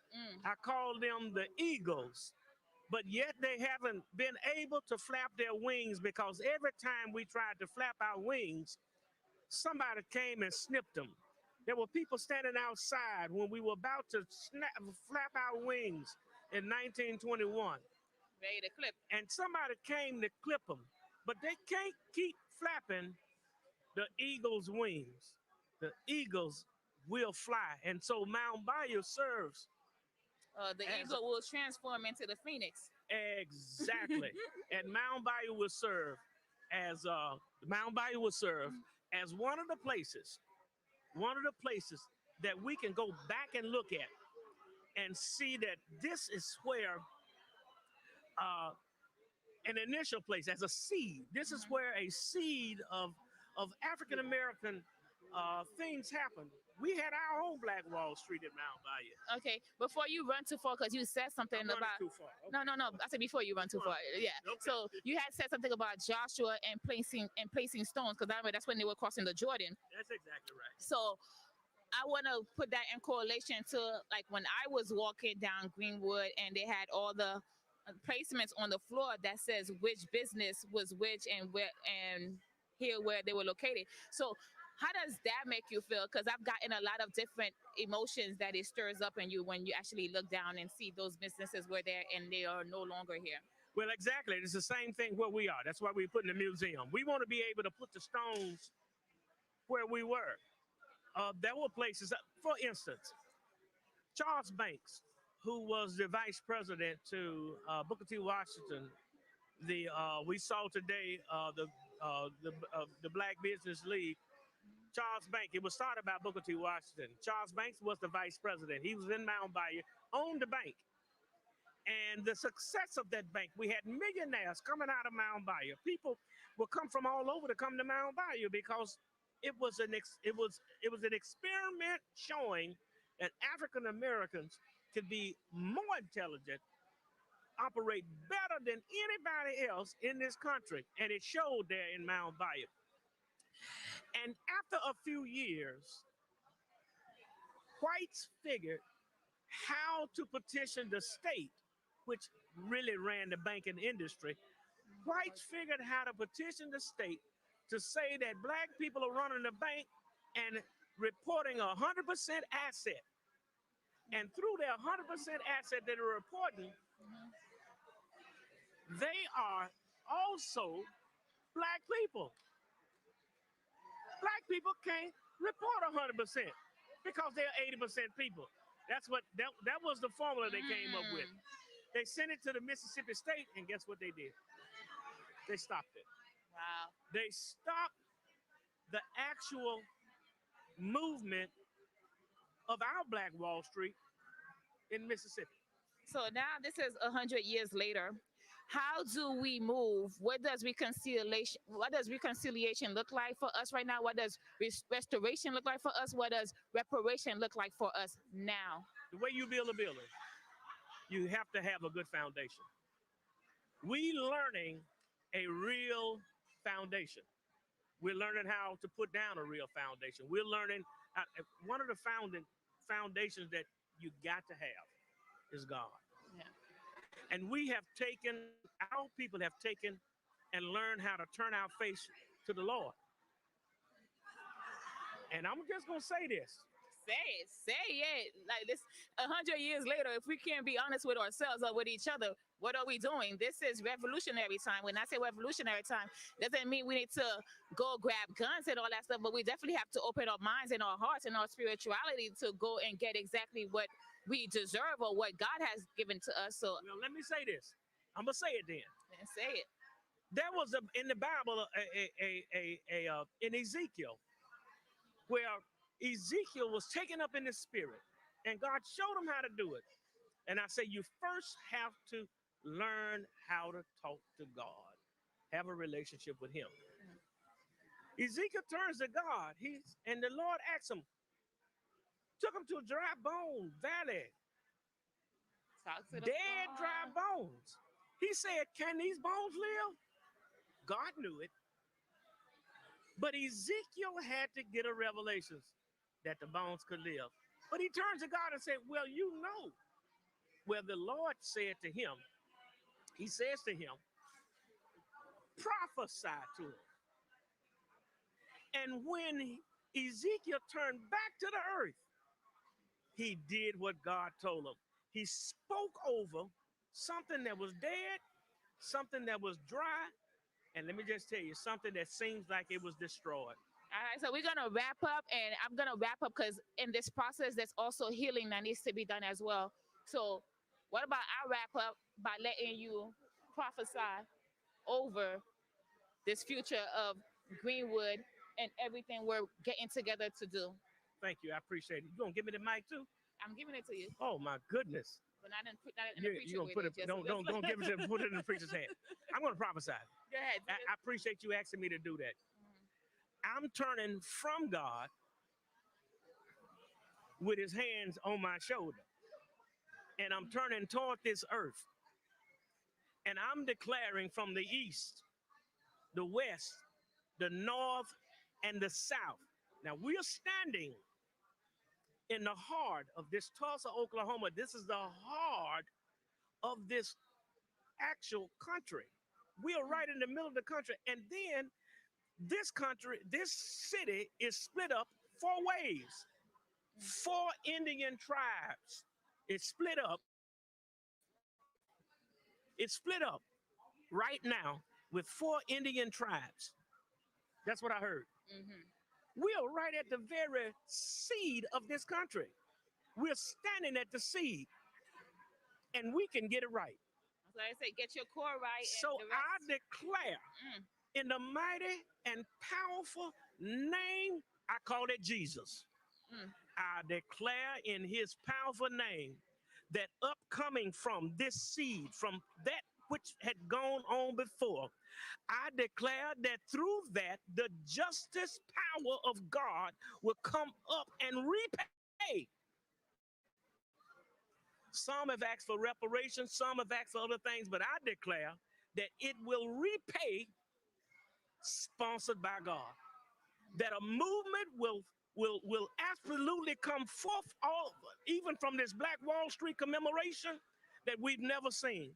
That African Americans will get together like we've never seen. Companies coming together like we've never seen. This actual station, what y'all got, will City be Network used powerfully to bring people together. I declare it in the powerful name of Jesus. People that have all type of things that God has given them is going to come up. Young people are going to stand up, and we're going to see powerful things happen. Thank you so much. I receive it. We receive it. Hope the soil of Tulsa receive it, that we will rise and we will come out the ashes like the phoenix. They might have tried to clip our wings as an eagle, but the phoenix always rise from the ashes, and that's what we're here to do. I am your host, the Urban Cinderella, and this is Soul City, and we're streaming live at the World Conference of Mayors Incorporated at the Dream Center in Tulsa, Oklahoma. Stay tuned. We got so much more amazing people that's doing amazing things coming up. It was a pleasure. Thank you so much. All yes, right. well, Okay.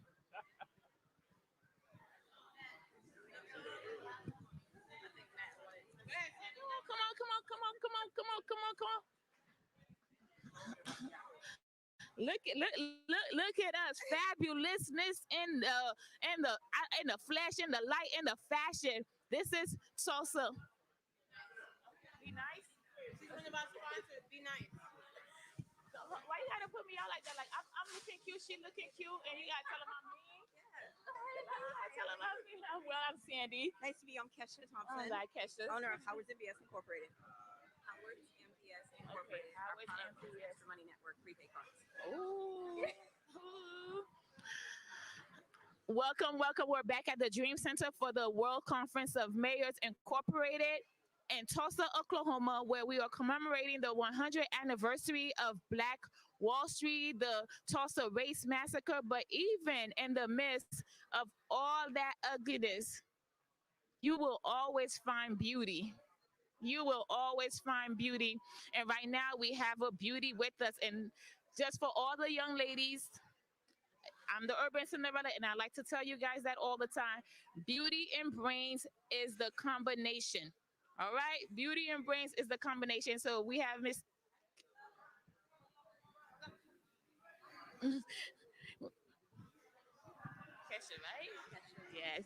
We have Miss Kesha Thompson with us, who is one of the sponsors.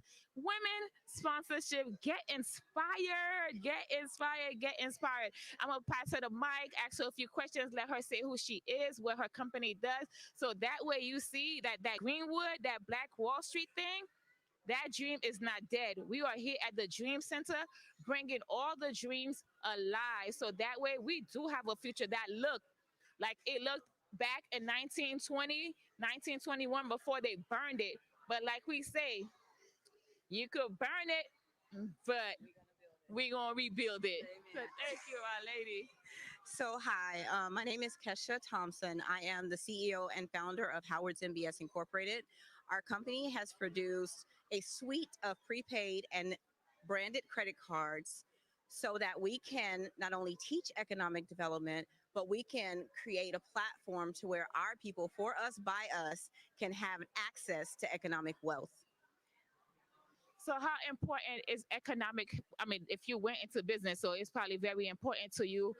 And so how we get that conversation, especially in now that we're talking about rebuilding Black Wall Street, and I felt like a lot of people were talking about it, but I didn't see no vision towards it. So what is a vision that you see towards the rebuilding of Black Wall Street? So what we wanted to do for some time now is break into the financial technology space, which is the credit card suite.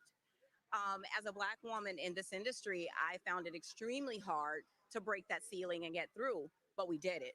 So our products are set to be released late this summer. And what I see as a vision is that not only do we have a reemergence of Black Wall Street in Tulsa, but we can make it a digital platform as well, so that we no longer have to worry about it ever being burnt down, because I want to see you burn the internet. Yes. Well said. Burn the internet. So, what does the credit cards look like? What are the products look like? What can we expect? Oh my gosh. So you can expect cash back, you can expect bonuses, you can expect a wealth of information. Our company will be the first to do something for members only. And you got to be there, you've got to be a member, you've got to be a card holder to find out what that is. But once we release and announce, you will want to be a part of this platform. You will want to be a part of the Extra Money Network family, and you will never regret the decision of joining EM and PPC. I've seen a lot of young kids in Tulsa talking about there's no opportunities here and that they wanted to leave to go seek opportunities elsewhere. What would you say to them as a CEO of a company for when kids think like, oh, there's no opportunity? What do you do when there is no opportunity? Well, I believe you do have to create your own opportunity. I come from West Dallas. I come from extreme poverty, and where my view was, I thought my opportunities and my choices were join the military, which I did. I am a Army veteran, or just try to find a job at a Fortune 500 company. Well, what we have to do, no matter what your demographic is not just to go that route. We no longer need to be asking for a seat at the table. It's time for us to create our own table and have a seat. Yes. Well said. So we're gonna you see all these tables right here? It's yes, it's a whole lot of us that look like each other at these tables, and that's why I'm so grateful that I'm able to bring this to you, so that way when you're looking and you're watching, we all look like you, and they are all doing amazing things, men, women. So you have absolutely, like, we're trying to do team no excuse 2021 moving forward. We've seen the blueprint be done. We know we could be great, and we should be great. So before we leave, what is the one thing that you would like? Let me ask you this question first, because they talk about financial literacy in school. Where do you see your company playing a role in the education of our children coming up, so they do make better choices when it comes to finances? So I have to take the mic on this one, because we do. We actually created a program called Financial Ambassadors of America, and our program is set to be international. We're looking to have our youth between the ages of 10 to 20, even into the early college years, because a lot of times people don't get the opportunity to learn in high school or below. So we're looking to have them learn international markets, trade, business, stocks, and entrepreneurship, something as simple as a credit report, but even beyond, and to have them have an understanding of it that's fun and engaging, where they never lose the information, unlike what you may get in an economics class that has nothing to do with what you're going to actually have to pay on your light bill. Simple. So thank you for that, and I'm gonna run back what you just said, because we said it in a form of a question, and I want for you to deliver it as a resource. So please tell them what it is and where they could reach you or where they could find that. Absolutely. So Howard's MBS Incorporated is the facilitator of the program to be launched and released, Financial Ambassadors of America. This is a youth empowerment and wealth building educational tool that is going to allow our children, especially those that look like us, the ability to have the knowledge afforded to them, the opportunity afforded to them, and the experience of being in international countries where they can not only see United States markets, but international trade and commerce. Stay tuned. Ms. Kesha, it was such a pleasure. I look forward to, I'm going to try to see where I could get it in these services, because my whole mission right now is to build wealth and leave a legacy behind. And the only way we could leave a legacy behind is to walk and take one step at a time, and the legacy builders. So as we continue to celebrate, it's not all celebration, but obtain the knowledge of what is good and all the great things that's happening and all the opportunity that's available to you, Thank you so much. Stay tuned. We are here at the Dream Center. You will be able to find all the information online very soon. All right, very soon. Remember this. Remember this. You heard it here first at the Dream Center in Tulsa, Oklahoma, the original Black Wall Street, Greenwood, where Black people doing amazing things. And this is the 100th anniversary of the Black Tulsa Race Massacre, also known as Greenwood, the Black Wall Street. And we are here at the Dream Center at the World Conference of Mayors Incorporated. Stay tuned. We got so much more coming. And I am your host, the Urban Cinderella. Wonderful. Thank you. Oh, no, thank you. Oh my gosh. It was so nice to meet you. You as I look well. forward to seeing you guys tomorrow. Yes, yes. Mr. Place was supposed to meet with you yesterday. He was the gentleman that was supposed to come and interview, but he wasn't. And so he is the gentleman who did the, he has his invention. And actually, we just, yeah. Actually, we I'm just kind of giving you a, yes. I'm sorry. Oh, he is not shy. I'm on the right one.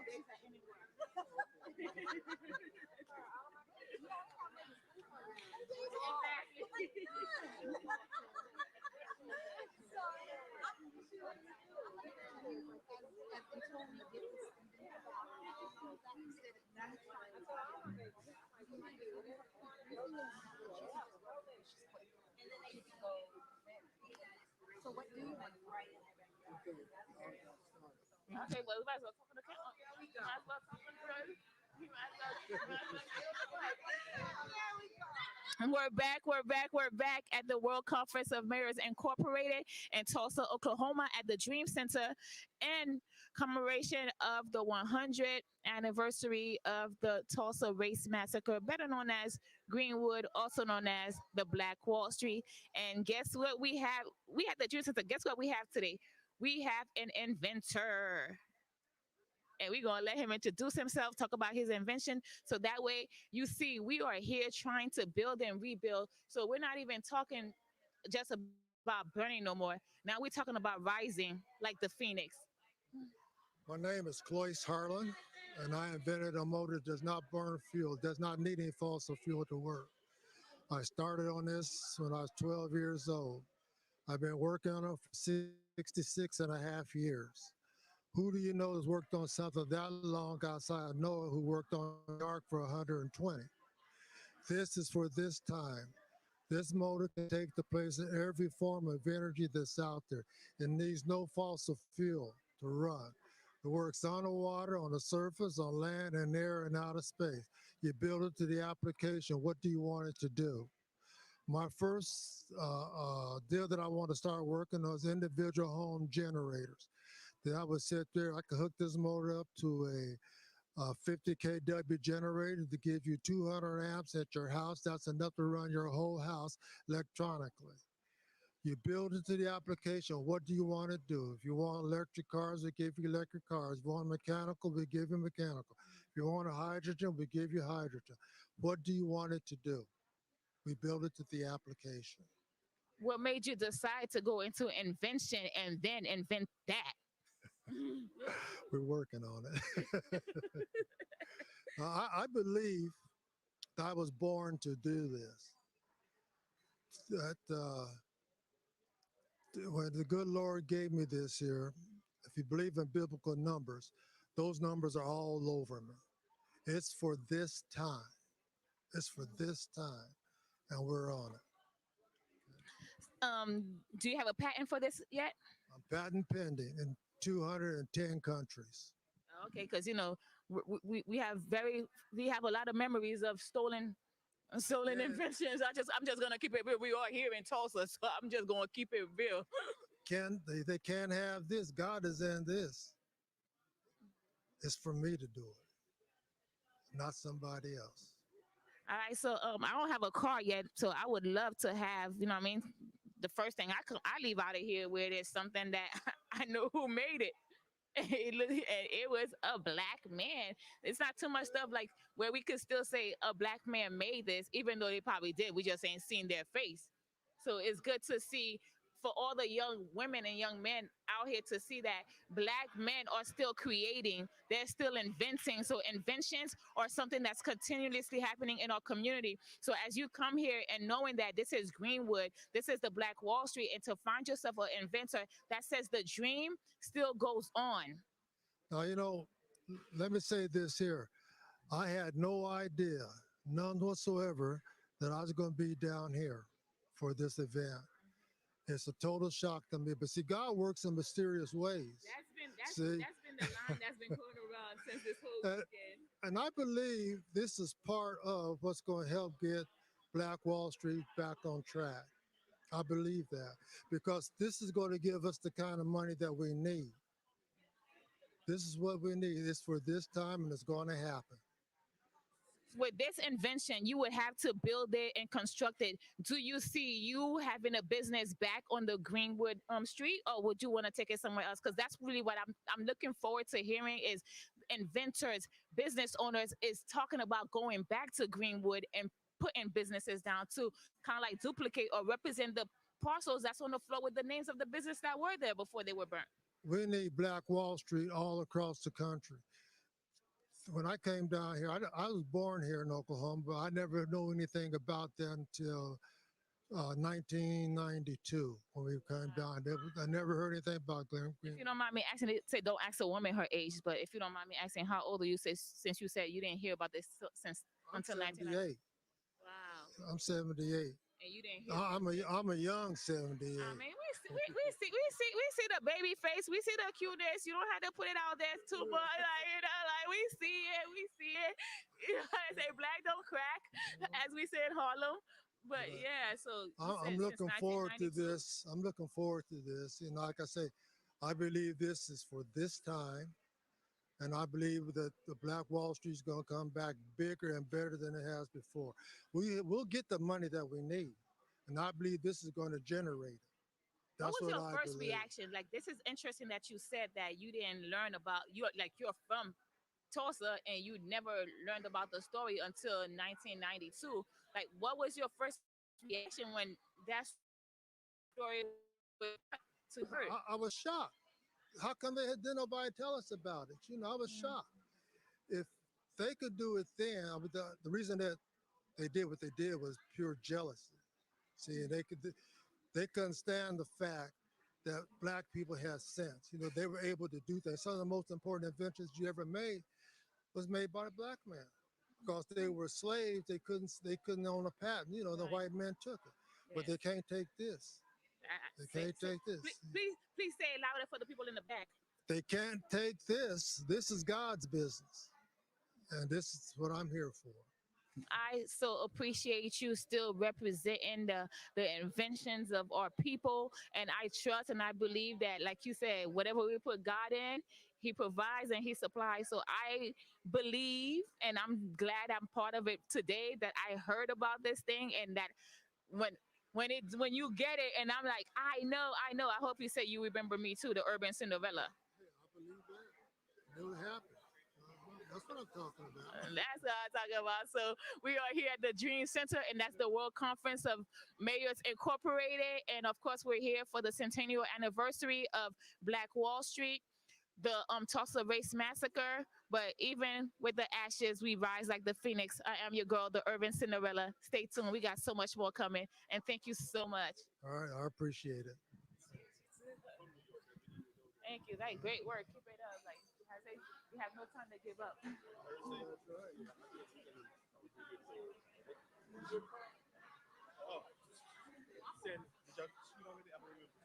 y'all take one already? I know what. Okay. And I heard about you young lady in that outfit. You just off it. That's illegal. Gotcha. Thank you. That's illegal. I mean that. You saw me yesterday. Yesterday I had the African wrap and the African for the green dress. Get out. Yes. Look, ain't nothing like a model who you can't remember. Go ahead, no. Don't do old people like that. It's not. Look. Wait, where they at? Where they at? Look, where they at? I'm 63. Okay, and I'm 42. Don't look. If you lie to old people, you're not gonna get over. Where they at? Where they at? Where they at? But it is. All right. Look, if you wouldn't have said that, now I see it. The craziest thing is, I think when I go home and look at your pictures, I'd have finally saw you. But once you take a picture, you like saying, I know I'm taking that picture. But girl, you do it too well. Oh, thank you. You ain't seen that yet. The unique dynamic. Watch this. Yes, well. The interview you just did is gonna blow your mind when it's out. Yeah. You out front of a wave that's coming that people don't even see coming. His thing is alive and real. He said no. You don't think no. Oh, yeah. So. Pleasure. Pleasure to yes. I safe all week and yes. And if I don't see you again, safe travels home. Oh, you as well. We offer the breakfast, yeah. So we'll see y'all in one. I gotta go home and look. And then I have to remind you, okay, like it's me again. No. Look, my limit is 10 times. How many is that? 152. I got 5 more. You might be right. I'm getting ready to go home. I got some 21 and a cigar that I got. Okay, go ahead. See you okay. I gotta come down from this. That's how I get my mind. Oh, trust me, we all on the same page. Pleasure and privilege, y'all. All right, you as well. Have a good night. Keep being great. How about where you from here? Also? No, I was born and raised in Oklahoma. Hi, I'm Yana. I was raised up in Colorado. Now you see. Yeah, come on. Let's get in order tomorrow. Come. Oh, where you going? Let's go. We're here. You hear me? Let's go. No, yes. Just come into my world. Yes. Oh, we're gonna get her all week. That's what we're here for. Okay, what you doing? Come on, get on the line, Yes. Thank you. We at the World Conference of Mayors Incorporated, and we are here at the Dream Center in Tulsa, Oklahoma.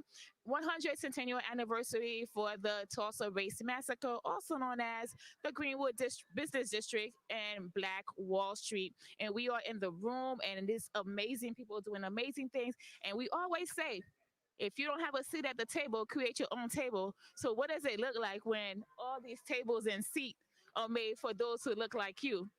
So I have with me, and you're going to see her out all weekend because where the honor is due, you give it. And she's such an inspiration to me and those who's around. She's been getting honored all week, getting awards. And that's what you do. You award, you give people their flowers while they're here, especially when they're paving the way. So with me, before tomorrow she get her next award, I'm gonna make sure I try to catch her in every moment. And she is considered the first Black woman on Wall Street, and I don't never get tired of saying that, because to be in a room with the first woman on Black Wall Street and the first Black woman elected mayor, period, of the United States, it is a pleasure and it is fulfilling. And the way that we're all moving, and it's like ancestral divination happening. So I want to inspire each and every single one of you guys that's watching the broadcast to know that we are here and we're making it count, and we will not forget and we will not be forgotten. So Dr. Yana, how do you continue to inspire people, especially being here and being in a room full of your people? I tell you, this is so awesome to be in a room of such dynamic folks. This is home. When you think about it, I remember when I first landed in Africa, my first trip, and it was like I came home. And then now when I got here, I came home. This is home, and it's like-minded folks. And so it is an inspiration for me to continue on and to find these young folks that need to know how money works and how they can do the same thing that I do and build a legacy. So being that you were the first Black woman and now you're getting honored, and there's so much more things to be done, what is your next chapter? What are you looking forward to do next from here? Worldwide. No, I'm going to continue the mission of bringing the information and the education to my communities. And when I say my communities, it used to be my community. Now it's my communities all across the country. And now we're talking right here in this place, we were talking about international, to bring it to Africa, to Asia. I mean, the triangle, right? The triangle, the America, Africa, and the Caribbean. There's nothing to stop us. And the thing is that these are people who are geniuses in their own right. And so, I just got invited to a think tank, and I'm so excited, because I'm talking to folks who are talking my language. I feel like I visited Oz. Come to find out, the wizard was a black man. That's right. The wizard was a black man. That's it. So, how much are you looking forward to tomorrow's honorary? Like, what does this thing mean to you? I know I'm gonna ask you again tomorrow, but we're on the precipice of you're just continuously making history. So, what does tomorrow feel like? Like, what's the anticipation? Tomorrow is such a blessing because it's one thing to be honored in other organizations and maybe other people.